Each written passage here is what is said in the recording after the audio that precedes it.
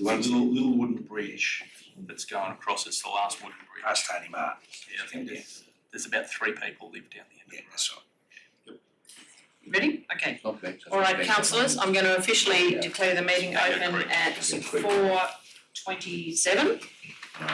No, 4:22, whatever it is. We haven't quite made 28. 28. Thank you. All right, close enough. So if we could be upstanding. Start with the Acknowledgement of Country. I acknowledge that we are meeting on the ancestral land of the Ngunnawal people. I recognise the Ngunnawals as the traditional custodians and pay respect to the elders of the community and their descendants.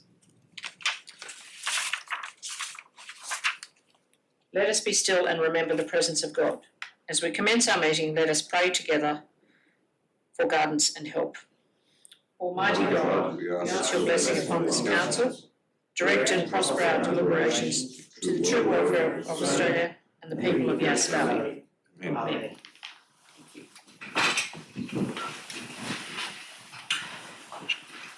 There's no apologies as everyone's here. Declarations of interest and pecuniary interests. Councillor Burgess. 7.1, fixing local roads grant program, round 3. I've got to declare interest because I'm a resident of Back Creek Road, but it's not near my place, so I'll be remaining in the room. Okay, thank you. I have 2. One is in relation to 6.5, the report on deferred development and head work contributions. I'm actually a director of 2 of those companies that are mentioned in that report, so I will declare a pecuniary significant and I will be leaving the room. The second one is in relation to 7.3, permanent road closure, Telegraph Road. I'm also a director of that company on which that road is proposed to be closed. So I will also, again, significant pecuniary, and I will be out of the meeting. Are there any others? Councillor Jones. Just a note for my councillors that I won't be declaring an interest due to for 7.9, the school zone infrastructure sub-program grant. While my 2 children attend Veruda School, I'm not on any committees or any boards, so I have no conflict of interest with that one. So you just fill out a form and not leaving. That's true. Okay. All right, if we can move along. Yes, one more, sorry, Councillor. Thank you. 7.2, the request for the lease. Just a letter has been put in of support from Local Land Services, and as the acting chair, I just wanted to declare a non-significant, non-pecuniary. Yeah. No. Okay, thank you. All right, if there's no others, I'll move on to confirmation of the minutes of the Ordinary Council meeting on the 22nd of September 2021. Can I have a mover and seconder? Councillor Turner, Councillor Furry, Councillor Burgess. Okay, all those in favour? Thank you. Are there any adjustments or amendments or follow-ups? I think most of those come up later in the meeting if there are. We'll move along. I haven't got a very minute. There are 6 reports with the Director of Planning and Environment reports. Just need to accept them. Sorry, correct indeed, thank you. We actually have 2 late reports, 7.8 additional spaces allocation request for Tesla electric charging vehicle, and 7.9 school zone infrastructure sub-program, again as late reports. Can we have those accepted? Councillor Furry, Councillor Burgess, thank you. All those in favour? Thank you. I think we can deal with them when we get to Director of Infrastructure and Assets reports. We're going to deal with them now. No, we deal with them at the end of Yes, thank you. Maybe the best thing to do is simply deal with them as part of the Director's Infrastructure's reports at the end. That's okay. Happy to do that. Right, I'm just going to run through 1 to 6 on Director of Planning and Environment's report. Open Space Strategy and Main Street Master Plan. Councillor Frost. Draft Housing Issues Paper. Jones. Planning Proposal Sutton Road. Ready? Oh. Sorry. Nelly got it. Yes. Waste Energy from Waste Infrastructure Plan. Yep, Nathan and Jasmine. I'll be leaving for 5.6, so we won't move that. Variations to development standards quarterly report, 6.6. Can I have a mover for 6.6 variations? Thank you, Councillor Reid, Councillor Furry. All those in favour? Aye. Thank you, that's everybody. Back to 6.1, open space strategy and Yass Main Street master plan project committees. Councillor Frost, and I think there was a little further addition. There was a change. Yes, thank you.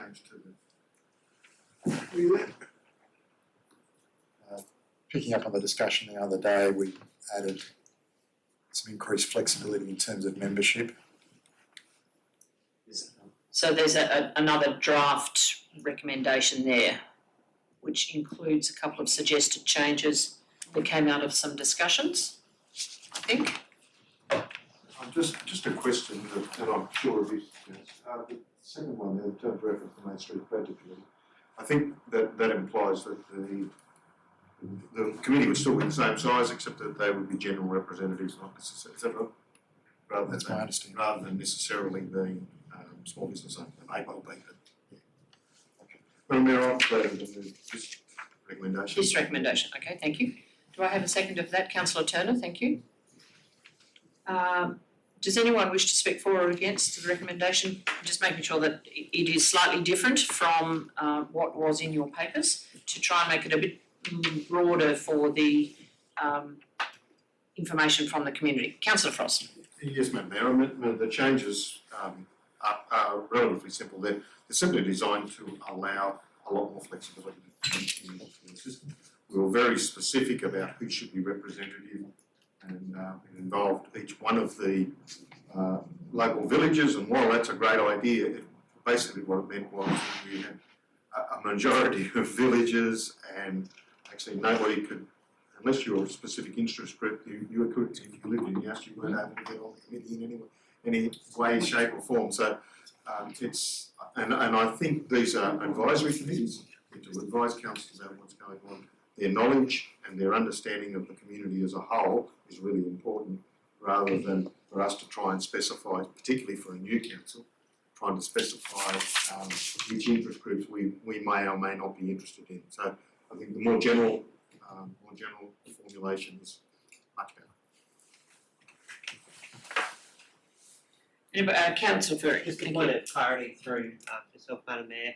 My understanding is that these are project committees and that they are effectively a committee that is a part of a project to provide advice to that project that then therefore comes to us, as opposed to a council committee, which might be perceived as being like a Section 355 committee or something like that. It's just a point of clarity. That is my understanding, and then the feedback all then comes back to the council for further adoption with input. Councillor McManus. I too had a problem with any rules to say that people who've only been here for 4.5 years aren't needed, when they're probably the people we do want here that have actually been elsewhere and seen different things. So when you're revitalising your main street, you actually want someone that has been past the sale yards and been past the old tip. So any reference to the 5 years, I think, whether it's a business person or a resident, I don't think it's helpful. We actually need people that have actually been places, seen things that can contribute. So I don't know what the reasoning was for the 5-year rules for either of those positions, but I think we should open it up a little bit more broadly. Just because you're just from Yass doesn't mean you know everything. So Councillor McManus, would you like to delete that section 2? Councillor Frost done it as far as business, but I'm saying we shouldn't have any restrictions on. No, so that's what that says. It deletes the requirement for 2 small business people and Operating residents Yass and residents. who have been in Yass to have done so for at least 5 years. Years. So it's Well, the intention deleting. was to get rid of it all. Yeah, all completely, there will be people out there that might have only been here 6 months, but they will be able to contribute because of the fact they might have lived in 10 or 15 different towns. Wording there would do that. Okay, thank you, Mr. General Manager. Councillor Hucker, did you want to say? Oh, thank you, I think it just got clarified, that, because there was 2 sections in here that it mentioned, and I think you've covered them both. Both, yes, both Yeah, gone. yeah, okay, thank you. Madam Mayor. Right, thank you. All right, does anyone else wish to speak for or against it? I'll put the motion as it stands. All those in favour? Thank you. Moving to 6.2 draft housing issues paper. I think Councillor Jones, Yes, we're looking for feedback obviously in the community. Thank you. Madam Mayor, I'm happy to move this recommendation, but I A can't. seconder somewhere? Councillor Frost, thank you. I was about to say, but I can't proceed with anything further before I thank the staff for the work involved, and I know that Ms. Macon has a variety of balls juggling at the moment, and I thank her for her work on this and all the team that has provided work on this. COVID put a bit of a dampener on connecting the information that we collected from the forum and getting it to a point at this stage, but it's great to know that we can now do something with this. I implore the community to give us feedback. With yet another wind turbine project within our region, it's only going to put more strain on our housing situation. And it's, you know, we suffer as a community when we can't keep our most vulnerable in the community. And we need to look at all our options, and we may be looking at some more proactive options in terms of you know, council's land, or how we advocate towards the state government to utilise their land. It's so underutilised. I hate to use the word, but it's almost criminal. It's almost criminal that a large block of land does not have the authority of the state government to say we can do more on that block. We can offer more. And we've shown the mirror up to them several times on this issue, and I really hope that they soon start to see that this is their field. We can only do so much, but it's really up to the state government to say we can do more with what we have already in Yass, and allow more blocks to be purchased to address the issue of the chronic social housing shortage as well. Thank you. I'll put that one in the order. I'm going to take that offline, councillors. Thank you. Okay, anyone, Councillor Frost. Thank you, Madam Mayor. Madam Mayor, if I might, I'd ask the Director a question, if I can. What I'm a little bit unsure is that this is an issues paper, and that's great. Where do we go next, I guess is my question. And how does this fit in and develop into a policy that allows council to go forward and actually to do things once it's actually happening? So the draft discussion, through you, Madam Mayor, the draft discussion paper's been prepared to feed into the review of the Yass Valley settlement strategy, so it'll be due for review next year, I think it is. So we're using that as investigations to inform changes to the strategy.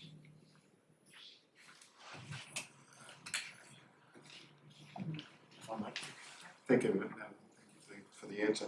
I would like this to go and do more than that, and be available to do more than that. One of the things that we have when we ask for grants is that we have a plan, and that is crucial for us to be able to be successful in granting grants, whether it's for bridges or for roads or for whatever, sporting facilities, for whatever.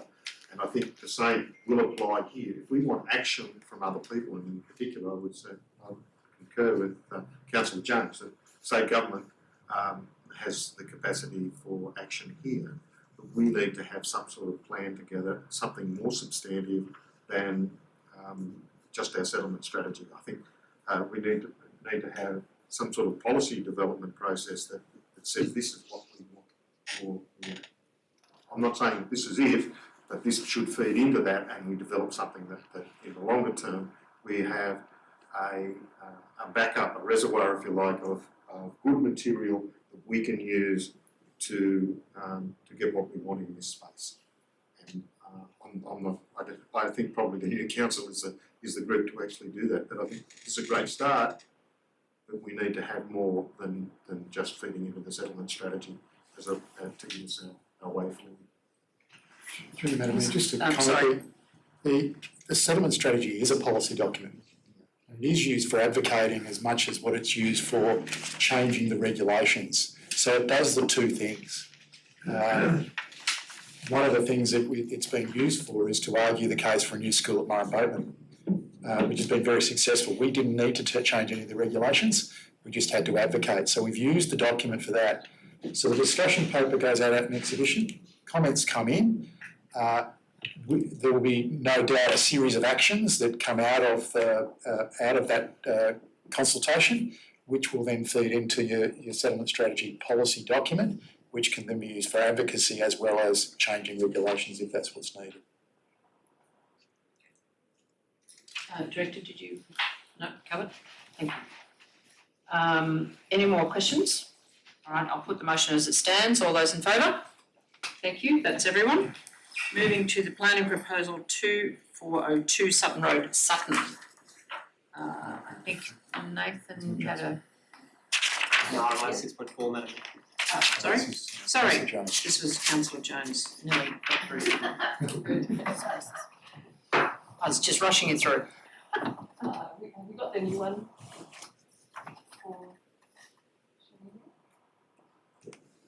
There was I think Councillor Jones has a slight change that was in the papers, so there's you're putting up a different, slightly amended recommendation, additional, is that? Yeah, so it's essentially the same, so that it be adopted, that we seek the amendment if it can be legally made, and also the fourth dot point, any future development application lodged for the subdivision of the subject property to include consideration of pedestrian links between it and the Sutton village. As we can see through Julie's beautiful yellow highlighted mud map, it makes perfect sense to have connected communities and to interact with any waterway or recreational space. And I think back at the time when we were looking at this, we didn't have a good view of how this suburb might interact. And I think it's really clear that we need to produce these kind of spaces. As we know now here in Yass, this is how people are enjoying their space. We need pedestrian links. Thank you. Thank you, Councillor Turner, second that. Thank you. Any other councillors wish to speak for or against the item? Okay. Sorry. Councillor Parker, you're right. Thank you, Madam Mayor. Just, there's a lot of conversation in here about lot size, 2,000 versus 5,000, but I understand that's not what we're deciding today. We're deciding on the actual, that will come in at a later stage. No, so through you, Madam Mayor, you are deciding on the lot sizes today. So in the first part of the report, in 2019, council considered a planning proposal with a particular zoning and minimum lot size. We were asked to do further assessment work, and at the end of the first page of the report, so 49, it talks about what they actually have decided on, which is the 2,000 square metres, but that's actually something that applies in Gundaroo and Sutton. However, when it's mapped, you have to refer back to clause 6.12, I think it was, which talks about Gundaroo and Sutton and minimum lot sizes. So the lot size will actually be 5,000 square metres because the land won't be connected to sewer, and it'll be 1 hectare for dual occupancies. Okay. So 5,000 for, yeah. It seems to be something that the Department of Planning has insisted on, that the drafting for the minimum lot sizes is consistent with the previous work that's been done in Gundaroo and Sutton. That makes sense. Thank you. Which is 5,000 square metres. Yes. Yep, because they're not on reticulated sewerage. Okay, thank you. Any other questions, councillors? Okay, all those in favour? Thank you, that's everyone. Moving to waste from energy, Councillor Ferry, I think this time I got it right. Thank you, Madam Mayor. I'm moving this recommendation. Do we have a seconder for that? Councillor Reid, thank you. Madam Mayor, I'll keep it very short. The reason that I've made the decision to move this recommendation this evening is I think that the key 4 points that are listed under item 1 are very crucial and very important. I think while this council may not see, will not see it, it's certainly something that could come up for a future council about potential applications for energy from waste proposals. I just wanted to caveat that, however, and really emphasise the need for that ability for our executive and our staff to conduct that process of gathering empirical evidence, to conduct sound reasoning, and to also judge each application on its own merits and own circumstances as very important things, particularly on energy from waste proposals overall. One only needs to look at overseas examples, particularly Denmark, where through some further research and reading, I found that they found themselves in a position where they no longer had enough waste to actually keep the plant running, and that they had to start bringing in, I think it was 25% of the whole of EU's waste in order to keep it running. So I think while the infrastructure is nice and the approach has some merit to it, I think in practice it's really important that we judge these on a case-by-case basis, because one piece of research came back basically saying that it's the same. These are quite likely the same emissions as a gas-fired power station. So these are the things we certainly have to consider. Thank you, Madam Mayor. Great decision from state government shoveling stuff out on people. Councillor McManus next, then Councillor Jones. General Manager might have took his previous hat on. Yeah, I think so. My understanding that when Tarago was converted from a nickel and tin mine to a waste facility owned and operated by Viola, they put pipes on every layer of waste, which captured the gas, the methane, with the purpose of using it for electricity generation. It was part of the original DA, part of the original concept plan. The only reason I know that is because I put the pump in the bottom of it. So transgrid strung cable from one side of the mine to the other side of the mine to run the cable at the bottom, get the water out so that they could remove the water to allow them to capture the gas. Isn't this just the logical extension of what they originally put in their DA? It seems very late in the day to stop something that they designed, something that was in the original DA, very late in the day to try and stop them proceeding. Certainly that is your description of how the Woodlawn facility works is exactly right. It basically the methane generated from the putrescible waste is collected and is used to generate electricity. Yeah. So that's certainly that's been in play now for probably about the best part of 20 years. Yeah. What the state government have now released with this energy from waste is about incinerating. So this is the new extra bit that they've now added. What, burning the stuff that's already buried? No. New stuff. New stuff. Or when Woodlawn's full, potentially continuing to bring it in from Sydney and incinerating it. Because part of the argument that has been used in developing this policy is that you can't have incinerators in Sydney, but we can push them out into the regional areas because we don't have to worry about them. And that is the concern about the use of incinerating technology for generating energy. And Councillor Verry is quite right, is that there are European countries now importing waste to keep the plants operating. They're also doing other things like burning plastics in those plants, which are increasing the nasty emissions that come out of them. So this policy's been developed by the state government with very little consultation with the communities that have been affected. And that's why the recommendations there as it is that really, before you develop these policies, surely you evaluate the technology and see what they can and can't do. And then you make sure that you do a cost-benefit analysis of those solutions or the preferred solutions, and look at the suitability of areas for having these areas cited. And at the end of that, you still need a robust assessment process to make sure that they're properly and fully evaluated on a case-by-case basis. So this policy is now extending the energy from waste proposal that has been installed as the bioreactor at Woodlawn, which is certainly a cleaner way of collecting it, than the idea of incinerating. This has opened the door now for incinerators to be used as a way of generating energy. Certainly it's used in Europe, no question about it.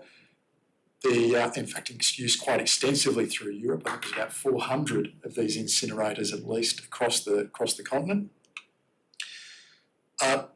But in New South Wales and Australia in particular, there's been a resistance to using incinerators as a way of managing your waste problem. And so this is what this policy is saying. We can manage the waste problem by reducing it, by burning it, and we can actually generate some energy out of it, which is good for everyone, isn't it? Except for the people who perhaps might live nearby. So this is setting the platform to go to that next stage. And to be honest with you, I didn't even know that this policy was being developed, and it was only Goldman that sent it to us and said, we reckon your residents might be affected by the emissions from this facility if the wind's blowing in that direction. It's only six kilometres from their boundaries, but Correct, yeah, it's not that far. And if you think of an estuary... Take it 6 Ks. Wind will take it 6 Ks. Yeah, absolutely. Especially when the easterly comes in, I think. Yeah.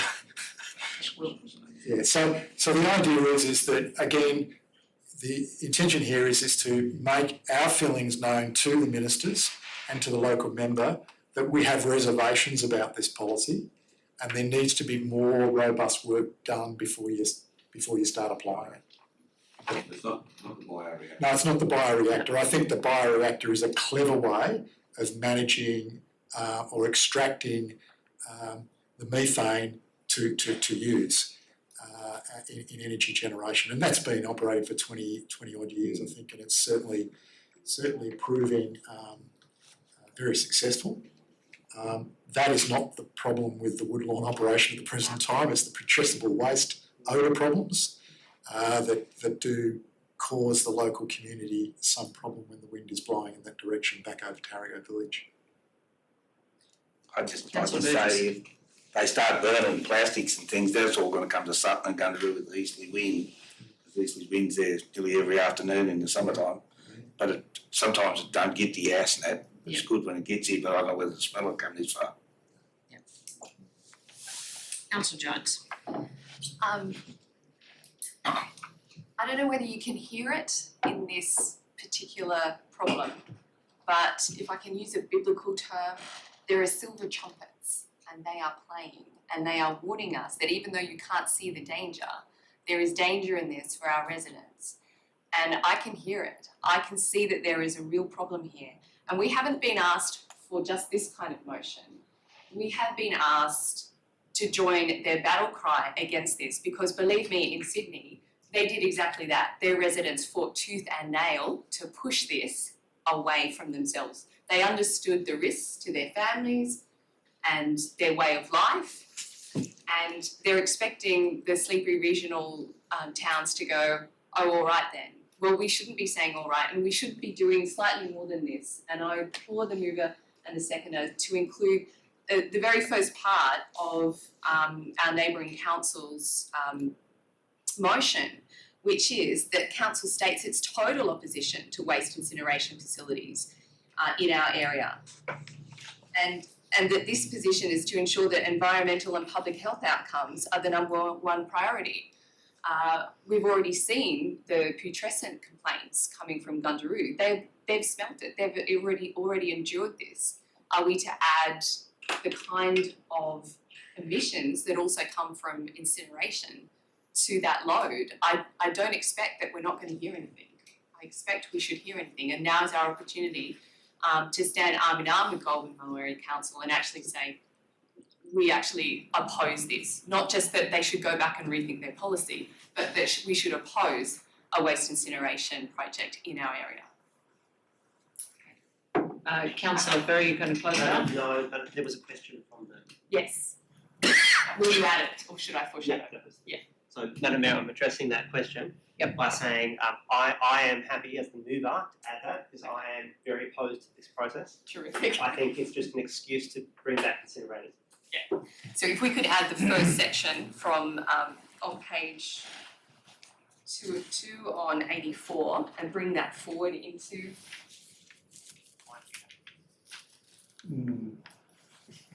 2 of 2 on 84. So it's the second page of the Office of the General Manager's letter to us stating their motion. So item 2. Correct. So take item 2 from that resolution and make it item 1, is that what you're saying? Yes, please. Yep, okay. So it's Just got it, I've just got to give a couple of. If you want to argue the toss, you can delete waste to energy and leave it at waste incineration facilities if you want that nuance. Okay. Just got to get the first bit in first.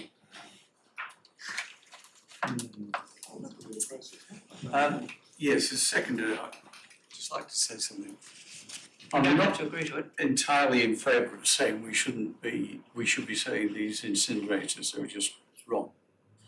As we've already heard, there's about 400 of them throughout Europe. Do we know the toxicity? Do we know that there is a level of toxicity coming from these that is dangerous? If not, shouldn't we be doing what the original motion said, was making sure that we look into this and find out what the real issues are? If that is a real issue, then I agree, I'll be totally against it. But we have to look at what we're doing with all this waste. And landfill is not the answer. We have to do something. And I also have reservations there that if we start burning all this waste, then that gives us greenhouse gases and so forth. So I'm actually against saying a total blanket ban on it until we find out what the issues really are. So if you took out the word total opposition, it states its opposition to the waste to energy incineration facilities, would that, I'm happy with it. councillor Furry? Just point of clarity, Madam Mayor, to be very clear, I'm not opposed to waste to energy facilities, I'm opposed to waste incineration. Yeah, Councillor so we McManus delete. raised a good point about a facility nearby that already does this and does it very well, as it is done in Japan. So happy to remove the word total. At the end of the day, it's still opposition. To waste incineration. Yeah, so we Just delete for waste to clarification. energy, correct. Okay. Are you I'm happy. with that, with that, councillor Reid? Thank you. All right, councillor Frost. Thank you, Madam Mayor. Madam Mayor, I would make this as strong as we possibly can. We have in this area 3 wind farms. They're all on our border and there are not huge numbers of them. Those communities that are affected, and they fight very hard, but they get forgotten even in our process. There's a small group of people around this facility, the small number that are in Gundaroo or they're in wherever, they get run over, and they simply get run over. Having watched and worked with the groups that are opposed to the wind farms, and forget whether or not you think wind farms are a good thing or a bad thing, this is a small group of people who are affected, who really do not get a say. They get steamrolled.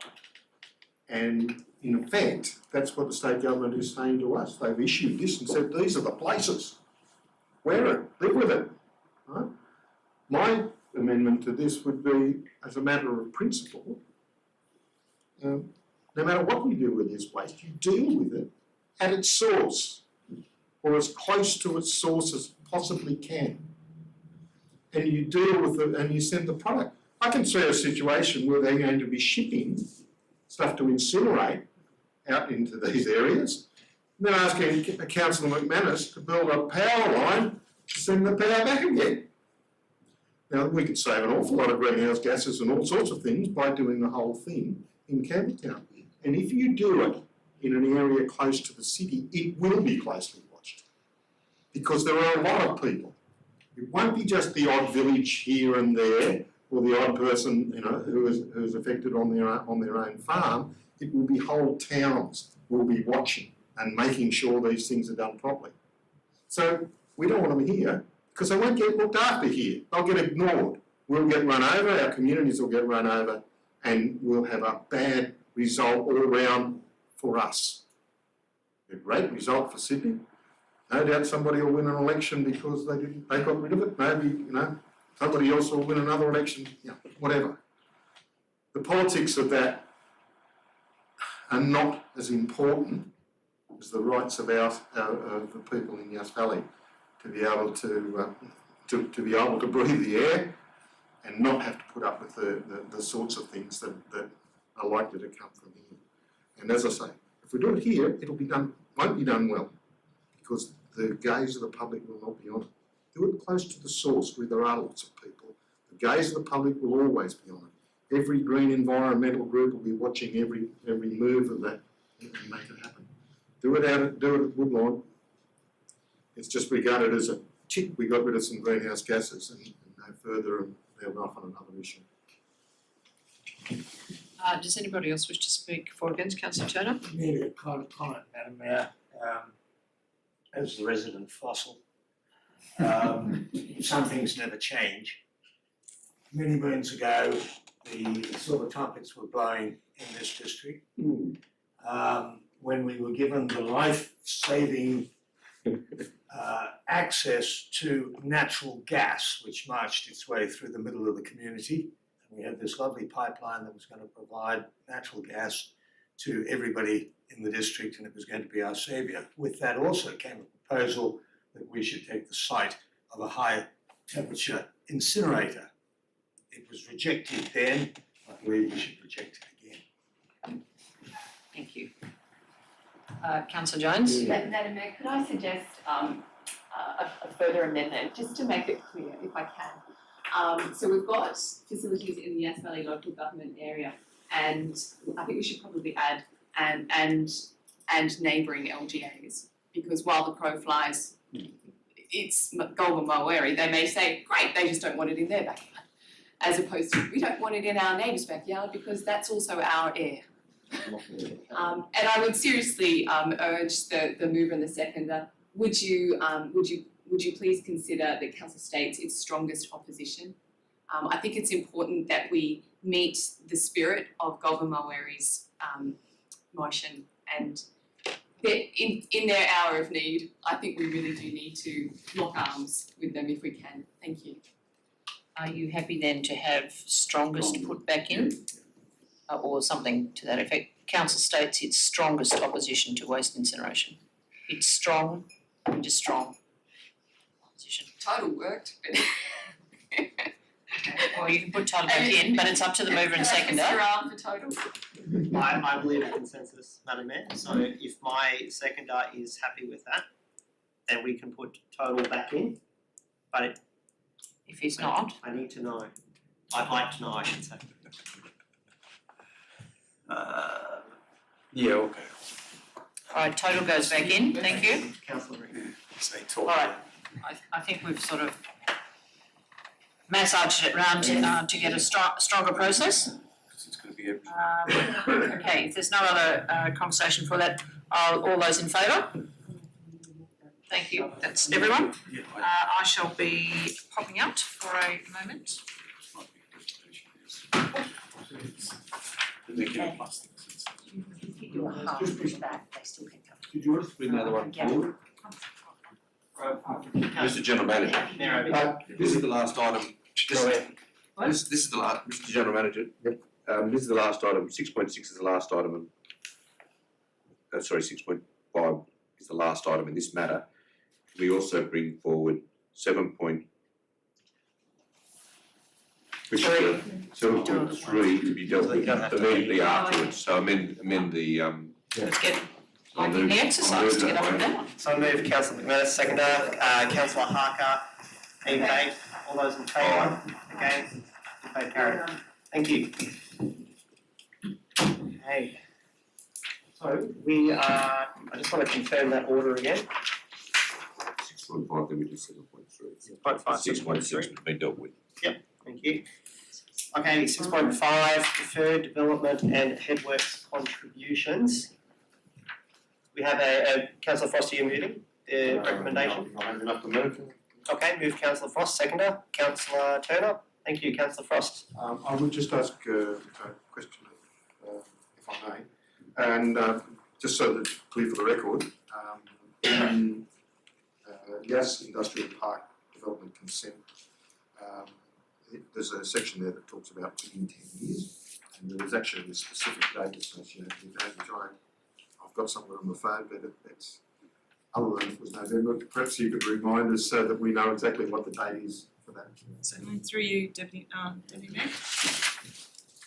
The date is 10 years from the date of the VPA, which is the 20th of November 2017, so the 10 years is 2027. That address your question, Councillor Frost? That's Thank you. You're not coming back for that meeting, are you? Anyway, No, I'm not, but I scratched my head, and I suspect anybody that comes and looks at this will also scratch their head. Fair enough. thanks, Councillor Frost. Any further debate on this, councillors?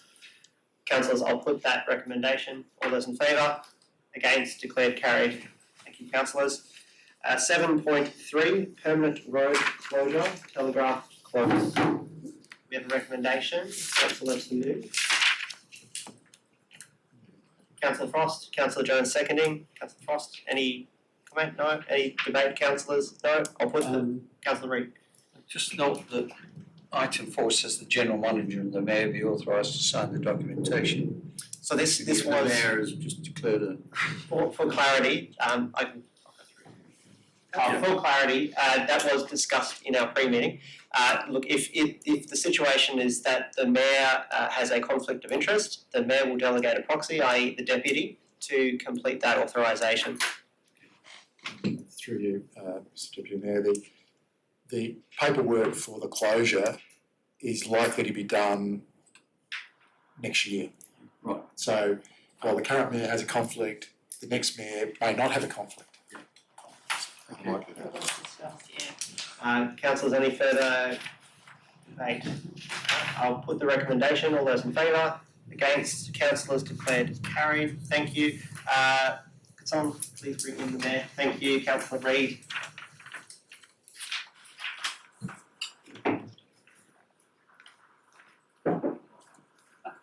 To 7.4, thank you. Okay. 7.1.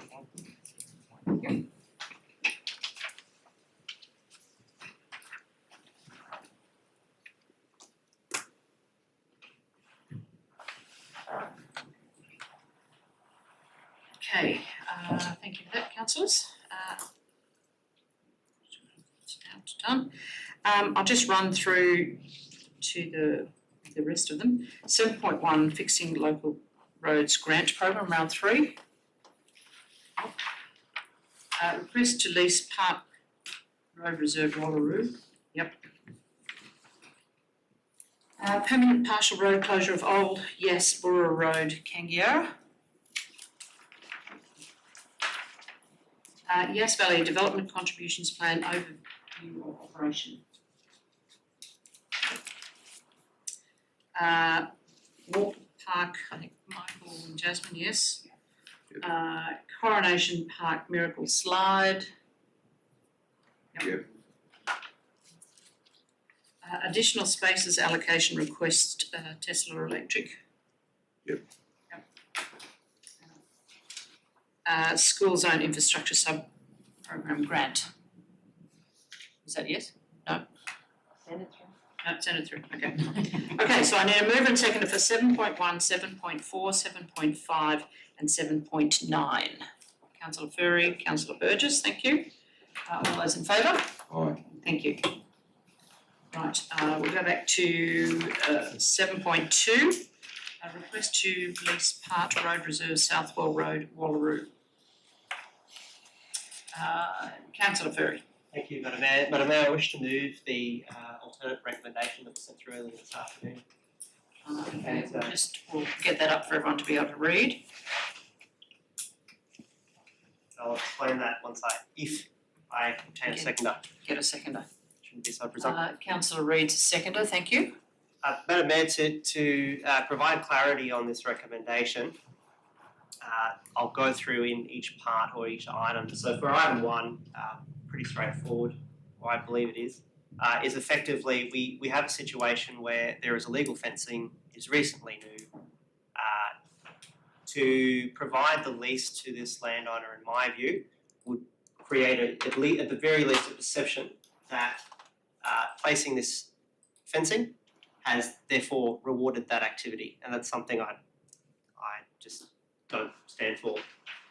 For item 2, which is explained more by item 3, this proposal that's been brought forward by GCG, to save my vocal cords, has probably raised a bigger question about what our policy, what our framework is, not just for in this particular instance, but for any situation where we are dealing with community groups or individuals who come forward and propose a revegetation of any road reserve. At the moment, at the council level, we don't have this kind of robustness. We don't have a framework, we don't have a policy that actually addresses this.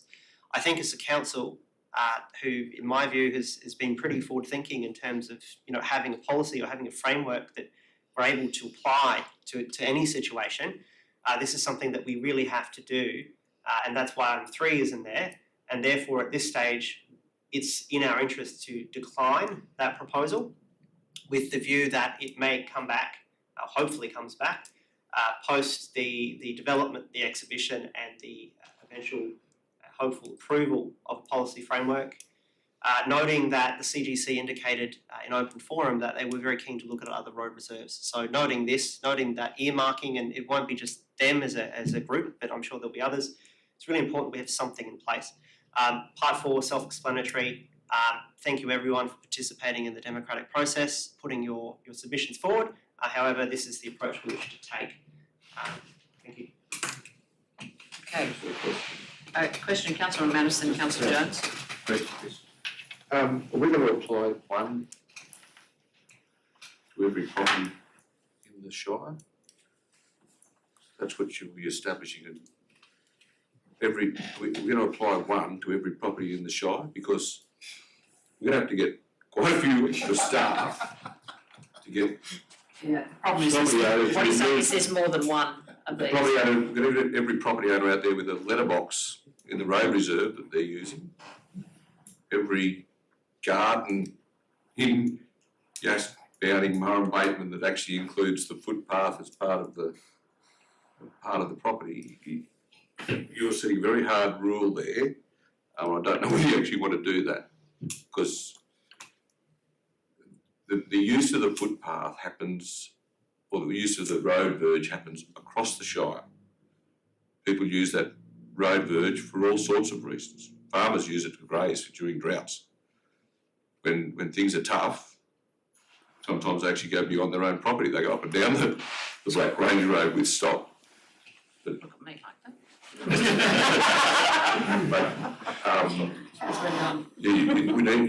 I'm suggesting you be a lot more careful than what you have up there at the moment with item number 1. You want to, because you'll be disadvantaging everyone in the Shire. Through that, our general approach to these is we're made aware of an issue where the fence is in the wrong location, or there's a structure being put in the road reserve and it has led to complaints from neighbours.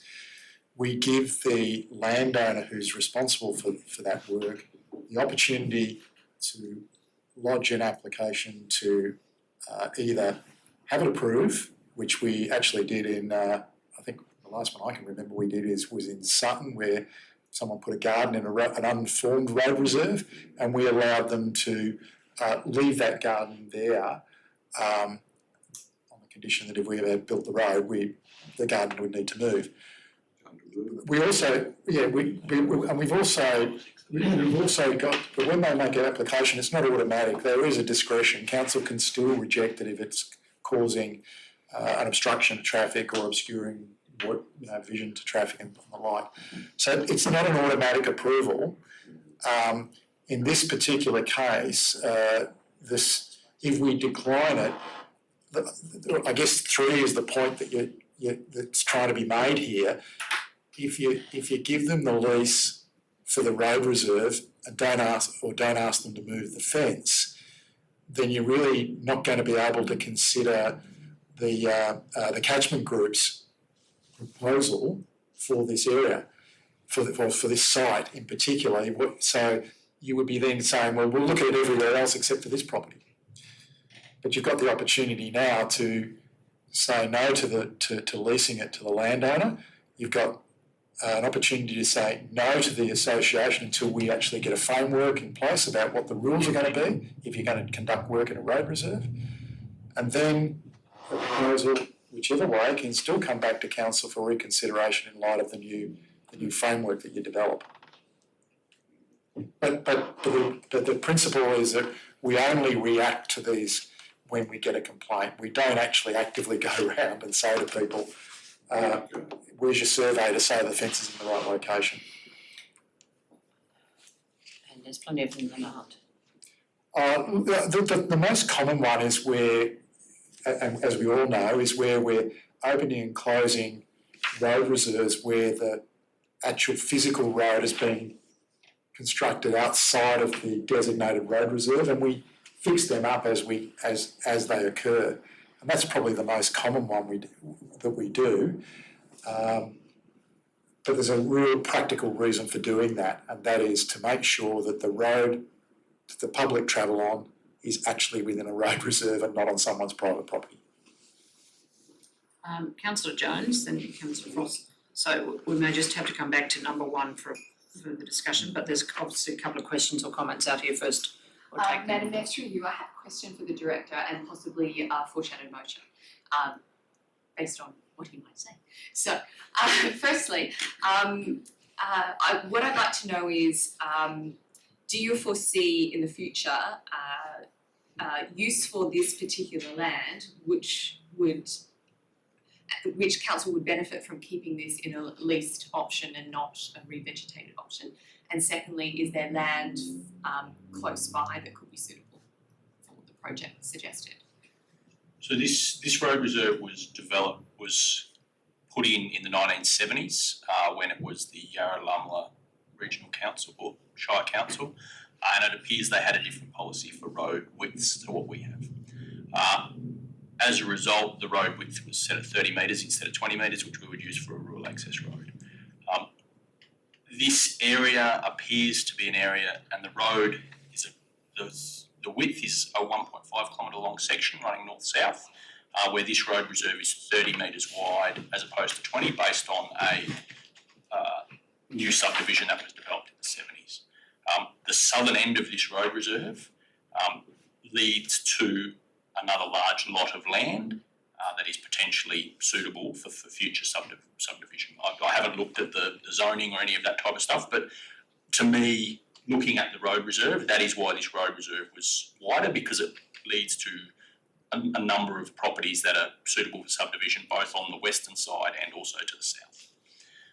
So as a result, I wouldn't recommend that the road reserve be reduced permanently to a 20 metre width, solely on the fact that this road reserve might end up being a main road linking a whole number of subdivisions in this area. That being said, south of the intersection with Gorriman Ponds Road is at this point an unformed area that has an unmaintained access road, or council unmaintained access road that leads to two properties, potentially at two, maybe three properties at the southern end of the road. I haven't been out there and looked at the gates, but from looking at the aerial photos and where things are, that's what it appears to be. So the track that winds down the road reserve. If you were to look at other options, that area there, and I would suggest to the eastern side, just because of whether it lines up with other areas, the same as the eastern side here, that 10 metre wide section would be another suitable area to look at. The same thing that the Ginninderra Catchment Group have pointed out, and probably because it's not along the edge of a road and it's not something someone's already asked to use, probably is a bit of space that would need to be done. But like everything, I would recommend before we go and do this, as Councillor Ferry has pointed out, we need to develop a policy, because there's a lot more to this than just, you can do it on the edge of the road. There's a whole heap of things to do with road safety, safety of the people actually doing the work, long-term maintenance, and the like, that we should consider prior to approving that style of approach that the Ginninderra Catchment Group have looked at, that we don't currently have a policy on, and that we hadn't considered until this point as something that we would actively look at. Councillor Mayor, just a quick one. You could lease the road in front of this property. The standard lease that we have for road reserves, if we require it for a particular purpose, that the lease lapses. So you've got that provision within all the standard leases where we've got over, unformed roads or part unformed roads. So that is another option you could do. You could approve the lease with that clause in there to allow it to be resumed, if you like, if we get the revegetation framework sorted out. Councillor Jones, Through you, sorry. Madam Mayor, in light of this advice, and I'm always very keen to say yes to groups who take initiatives. We all want to say yes, and the initiative shown by the conservation group is fantastic. However, for exactly those reasons, I would like to foreshadow a motion which essentially puts our point from number one, which is that the unused part of South Hill Road adjacent to number 22 is not deemed to be surplus. I think we've just heard quite clearly that this has future strategic use, but a short-term lease is no problem, and we typically lease to the landowner next to it. It makes a lot of sense for bushfire reduction and for the maintenance of the land. It just makes sense. What's the foreshadowed? So the foreshadowed is point one from the original recommendation on 7.2, that the unused part of South Hill Road adjacent to number 225 is not deemed to be surplus to requirement, but is prepared to enter into a temporary short-term lease with the applicant. 2 remains the same, that all submitters be thanked and advised of the decision. And 3, we pick up Councillor Furry's comments, which, if I can paraphrase, that council investigate further land options for road rehabilitation, road reserve rehabilitation, and a policy framework be developed. Yes, Nathan. Councillor As a Furry. mover, I believe I can choose to just simply accept that and absorb it into the recommendation. If you are happy to do I'm that. happy to do that. It's a fundamental change. He's asking for them to pull down the fence and decline the lease. I'm saying we take the lease, leave the fence, create a policy so we can say yes to the research. It's, Yeah, I think it's different. Okay. if the mover and the seconder are happy with that adjustment, you can do that. They're willing to adjust it. Because you haven't moved it yet. No, we have not. So if the mover and seconder. So it's moved and seconded, but you haven't voted on it. No, so Even if, if you withdraw. so just, That's no, another hang alternative. on, whoa. Just coming through this. So if the mover and seconder were happy to take part 1 of your motion and replace it with the one that they had done, can't do that? I think we're If they're- fundamentally changing the motion in a way that only foreshadowing is clear. Sorry, I'm Procedurally, you If should he- be withdrawn. Procedural, okay. Simplest way would be if the mover and the seconder are happy to go down the track as suggested by Councillor Jones, withdraw that motion and use Councillor Jones's foreshadowed motion as the actual motion. I'll second that. Motion withdrawn. Motion withdrawn. Councillor Jones, just Now it's add, the motion. you add So, whatever you got out of Nathan's to yours. Yeah, pick up and then, and then we'll get a seconder. So 2 and 3, so copy 2 and 3. yeah, That's it.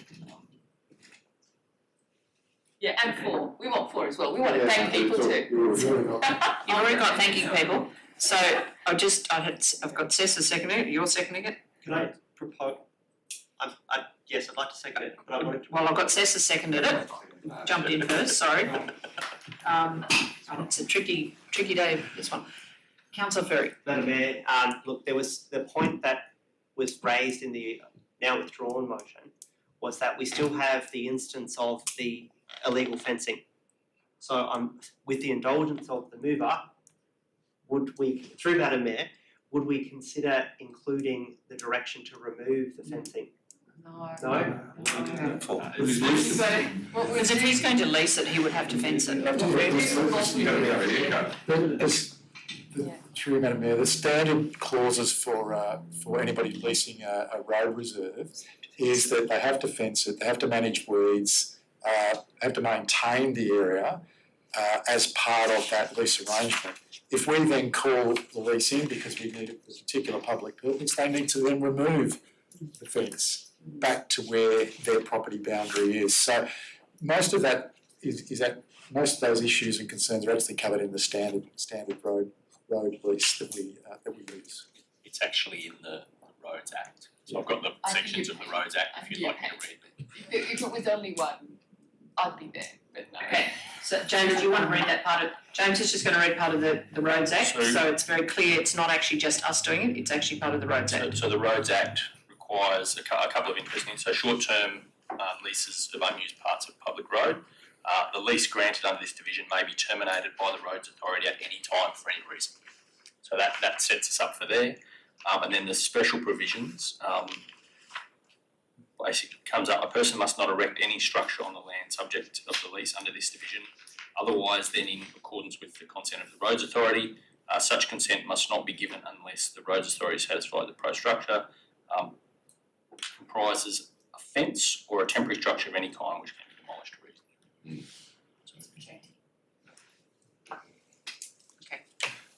So we have to comply with the Roads Act, Alright. which requires them to fence it. So, councillor Reid I'd like to make a further point suggested. if I might. On item 2, we just go back up there. There.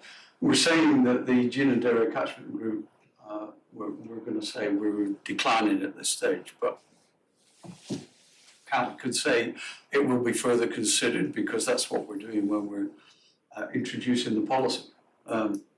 That's why we're going away to look at the policy. It may be that this particular piece of land is ideal for revegetation. And so all I'm saying is that we don't decline it, Well, further look It's at. just saying declined at this stage. Yeah, but it's a bit too negative, I think. That's my feeling anyway. Yeah. I think we should be looking to look at this land and the landowners along the road to see if we can come up with an overall plan. The stage. So maybe the Hold on, answer what's is written? add and that the group be asked to reapply once a policy framework has been adopted. Fine, yeah. Thank you. Now, just making sure everyone's having a chance to be able to read it first. And then we've got a mover and second. Does anyone else wish to speak for or against it? Councillor Frost. Thank you, Madam Mayor. Could I just, I think that's a very good outcome, because I think that's exactly right. I'd also just make a point, because we did hear earlier today that somebody had fenced things illegally, and my understanding from the Roads Act is that wasn't the case, or that we don't necessarily remove the fence just because somebody's put a fence up, and that is also part of the Road Act. So the idea that somehow somebody's done something terribly, terribly wrong and tried to steal land or whatever, is, given the way the Road Act's written, it's not actually quite the case, and it may simply be that somebody knows what the Road Act says, which is basically that if you do that, if you're asked to remove it, then you remove it, that would happen, but otherwise there's nothing. In the meantime, they're just leasing it until we work out what we want to do with that piece of road. This is a good example. I just, there was, Madam Mayor, there just wanted to get rid of the suggestion that somebody had done something illegal and terrible. They're not supposed to fence it without permission, but just pointing it out technically. It is correct. No. Okay, they live next door, we know where they live, it's all good. Okay, anybody else wish to speak for or against it? Okay, in that case, I'll put the motion as it stands. All those in favour? Thank you, that's everybody. Moving to Walker Park request for annual user fee waiver, which is Councillor McManus, I think you had, it doesn't actually say in the recommendation about. No, I've got to change. What happened to Broadway? Should we That's my new one. Yeah, thank you. Yeah, I know. Should we have Councillor Use that That went McManus? straight through. There is an alternate. Have you? Yeah, just use mine. I was going to suggest I'll send it to you now. No. So we can call it up on the screen. Where we've ended up with is that the council only half did the job. We ran out of money. The community groups finished it off. If they hadn't have finished it off, council would have been up to the whole price of it eventually anyway. So I'm suggesting that we go with, I was actually going to suggest 60%. effectively a 60% reduction so that the fees over the next 2 years be adjusted to 40%, which is effectively 60%. Just have a look at that on the screen. Because I think we were, there was a conversation about the concern over setting a precedent for waiving portions of fees going forward. Do you want to say this one and you can tweak it? And further to that, I would rather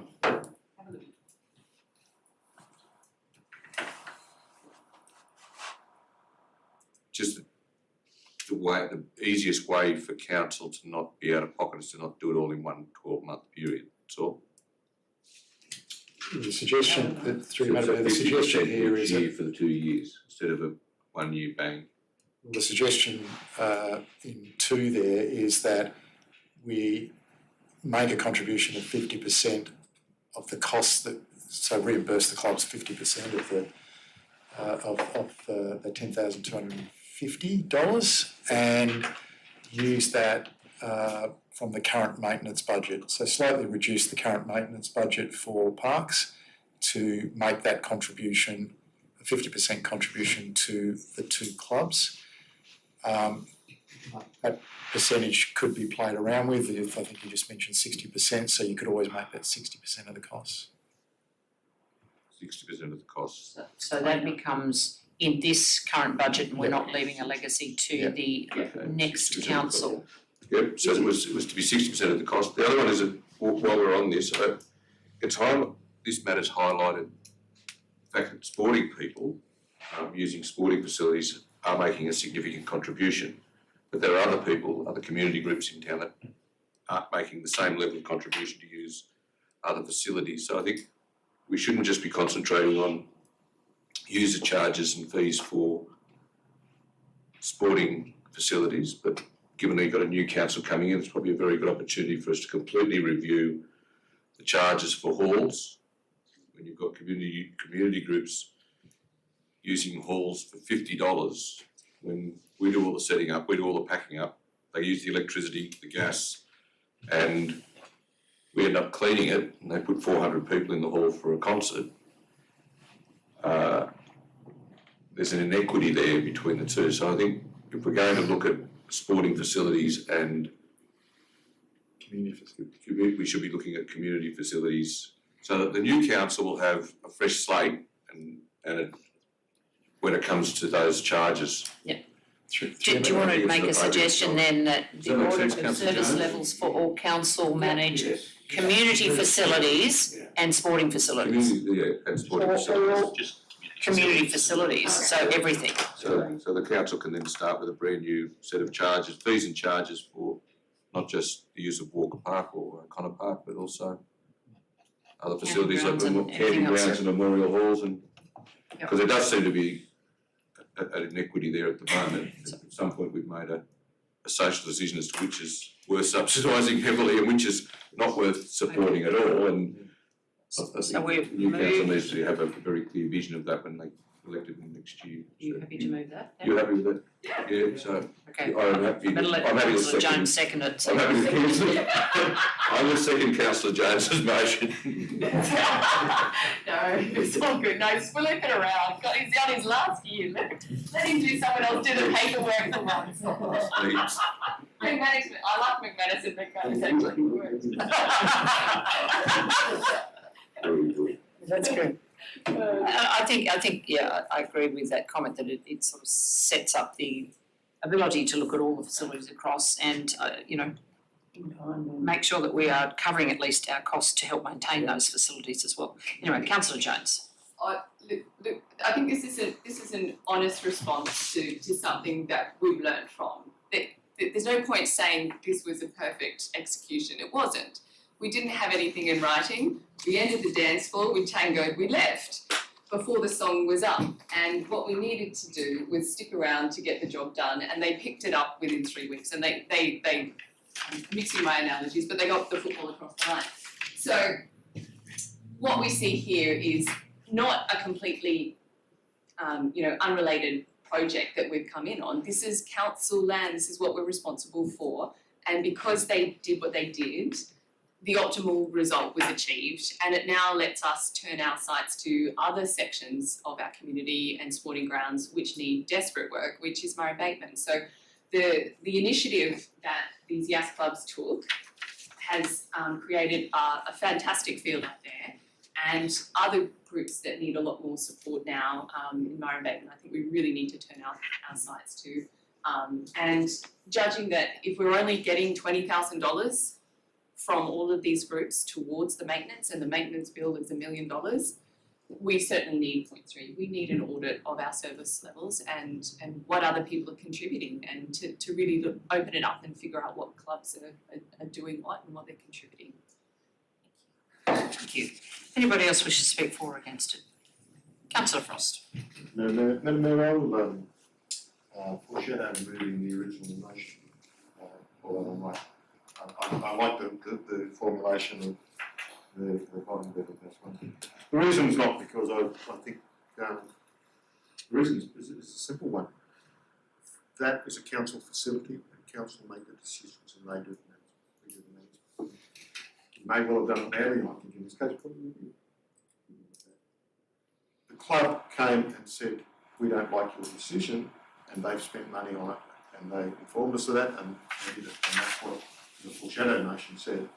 This says, hey, you make the decision, and we'll come along later, and if you do a bit of lobbying later on, you can come along and you can get it done your way, and council, well, we'll pay, we'll just pay. And so, to me, making that payment completely undermines our management, our ongoing management of not just that facility, but every facility. If I don't like the way the Memorial Hall looks, I get somebody in and shine it, and then shine the floor and tell everybody it was needed for dancing, and now it's a great dance floor, and council, by the way, here's a bill. That's not how it works. It's a council facility, council comes with it. If council do it badly, they toss us out and put another lot in. Oh, sorry. We have to be quick to toss me out. but that's the point. It's a council, somebody has to be responsible for the facility. If you want to make those two clubs responsible for the facility, that's fine. Let them do it, and we'll give them but they have to wear the ongoing issues and raise the capital and so on. But for them to make the decision, as they did in this case, and they're lovely blokes, they really are, and it's fantastic, and it's a great facility, and I'd say in a practical sense they did exactly the right thing. But if we just go along and say, oh, well, you did the right thing, our staff did the wrong thing by pulling the plug on it, and the next time there is any sort of dispute between any organisation and council, they will simply say, well, we'll go and do it, and we'll see if we can lobby some councillors later and get a result that we like, and they'll pay money.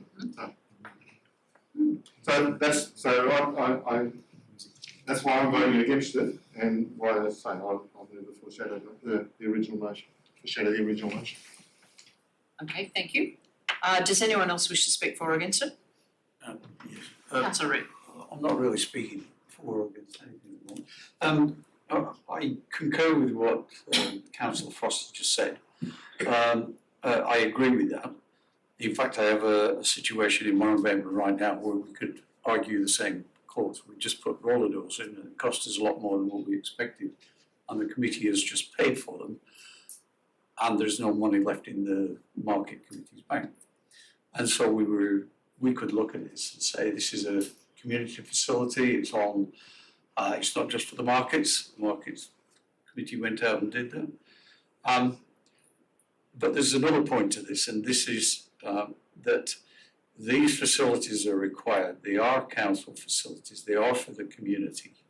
If this group went and did that, that's fine. They've come to us and they've asked us, are we willing to try and compensate for what has been done? We could say no. There's no problem with that. So all we're being asked for at the moment is this a fair and reasonable thing to do? Do we have some money in the budget? And if we do, let's give them the money. I agree with what you were saying, but I think that was a reasonable outcome.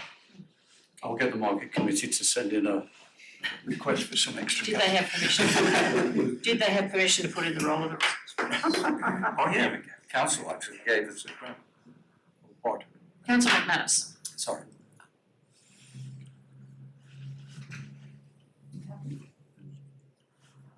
So we went into all school boards, so just call it all, so it's no longer Closing it off. sporting. Yep. It's no longer, that's a question.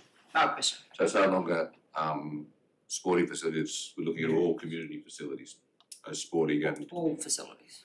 Right. Just a question. Okay, anybody else wish to speak for or against it? I'll put the motion as it stands. All those in favour? All those against? Councillor Frost. Thank you. Moving to Coronation Park Miracle Slide discussion. Councillor McManus. Yeah. As I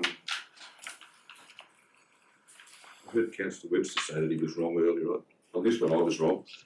I was the councillor that dug his toes in about getting rid of the previous slide. There's a new slide up there. It's a fantastic facility. We don't need a memorial plaque or a board or historical.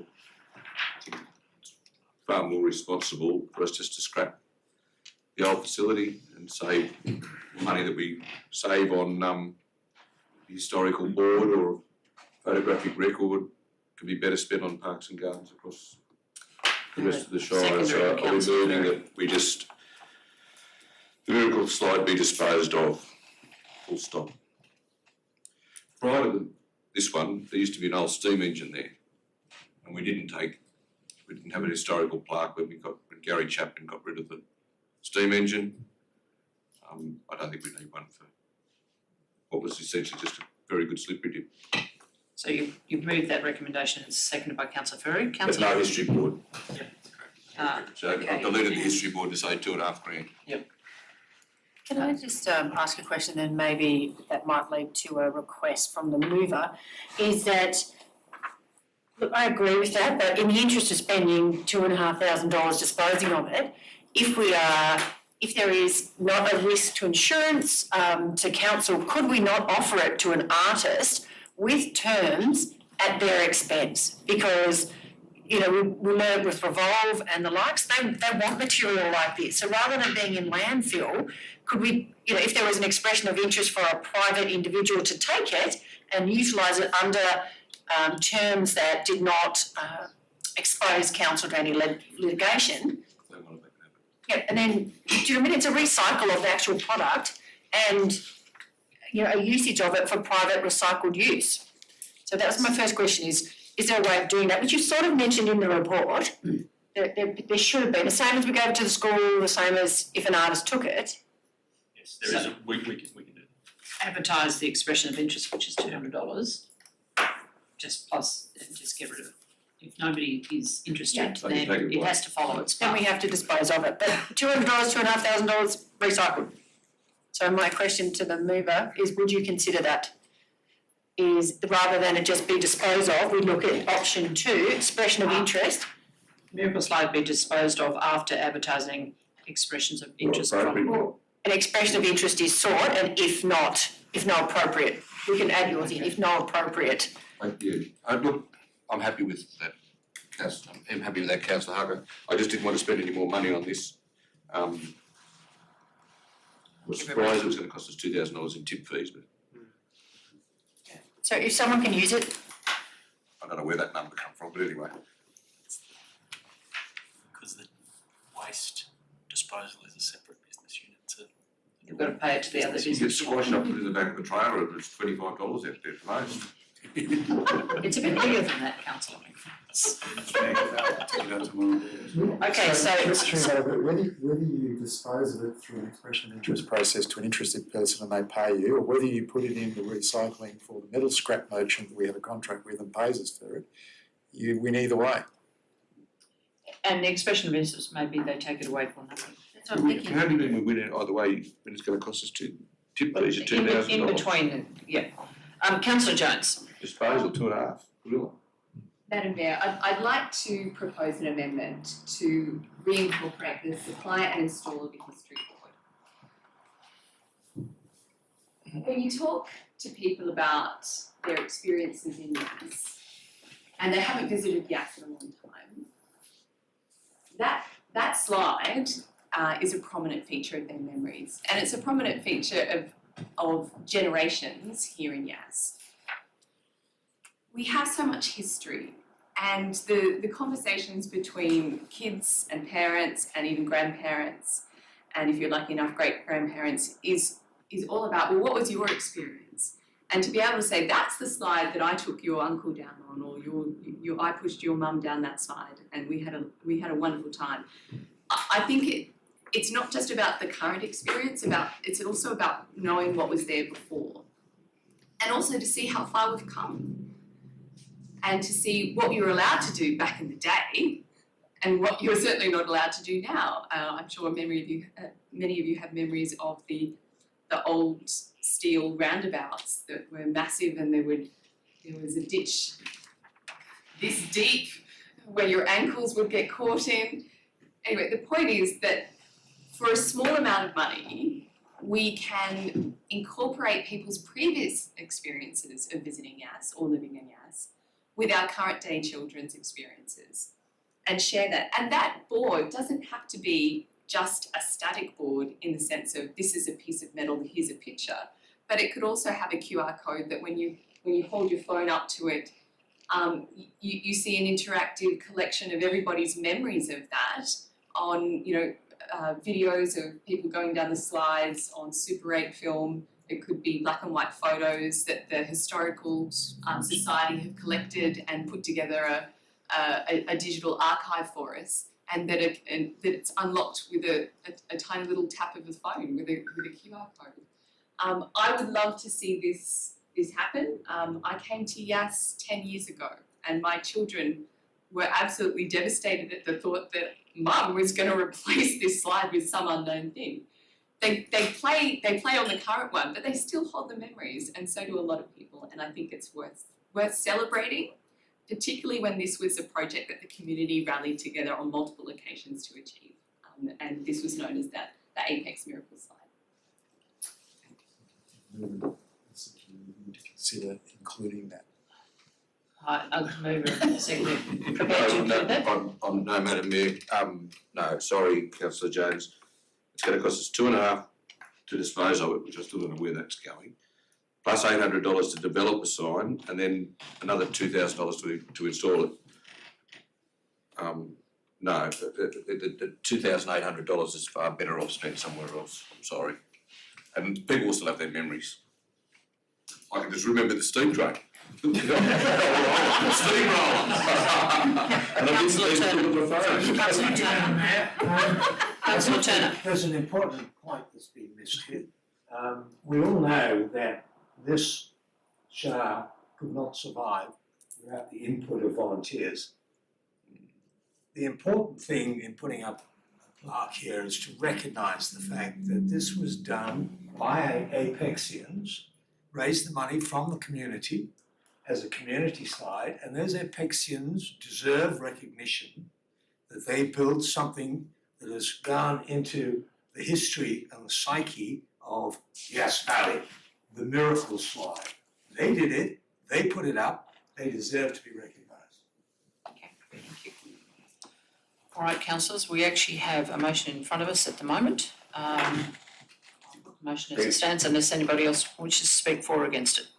So I didn't accept it. What did you do with it, Jasmine? I'd like to foreshadow it. You can't, you can. It was an amendment, wasn't it? I put it as an amendment and it was rejected, so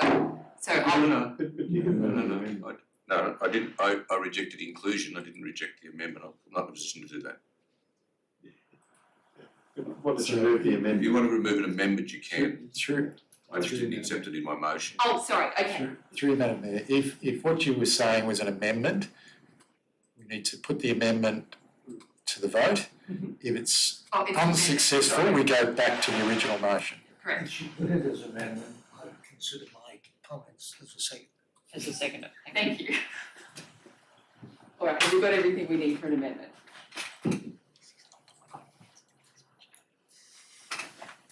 And I also want to add that we would have been doing an interpretive board anyway had the sculpture been realised. Now, COVID messed with a whole lot of things and the opportunity seems to have passed us by.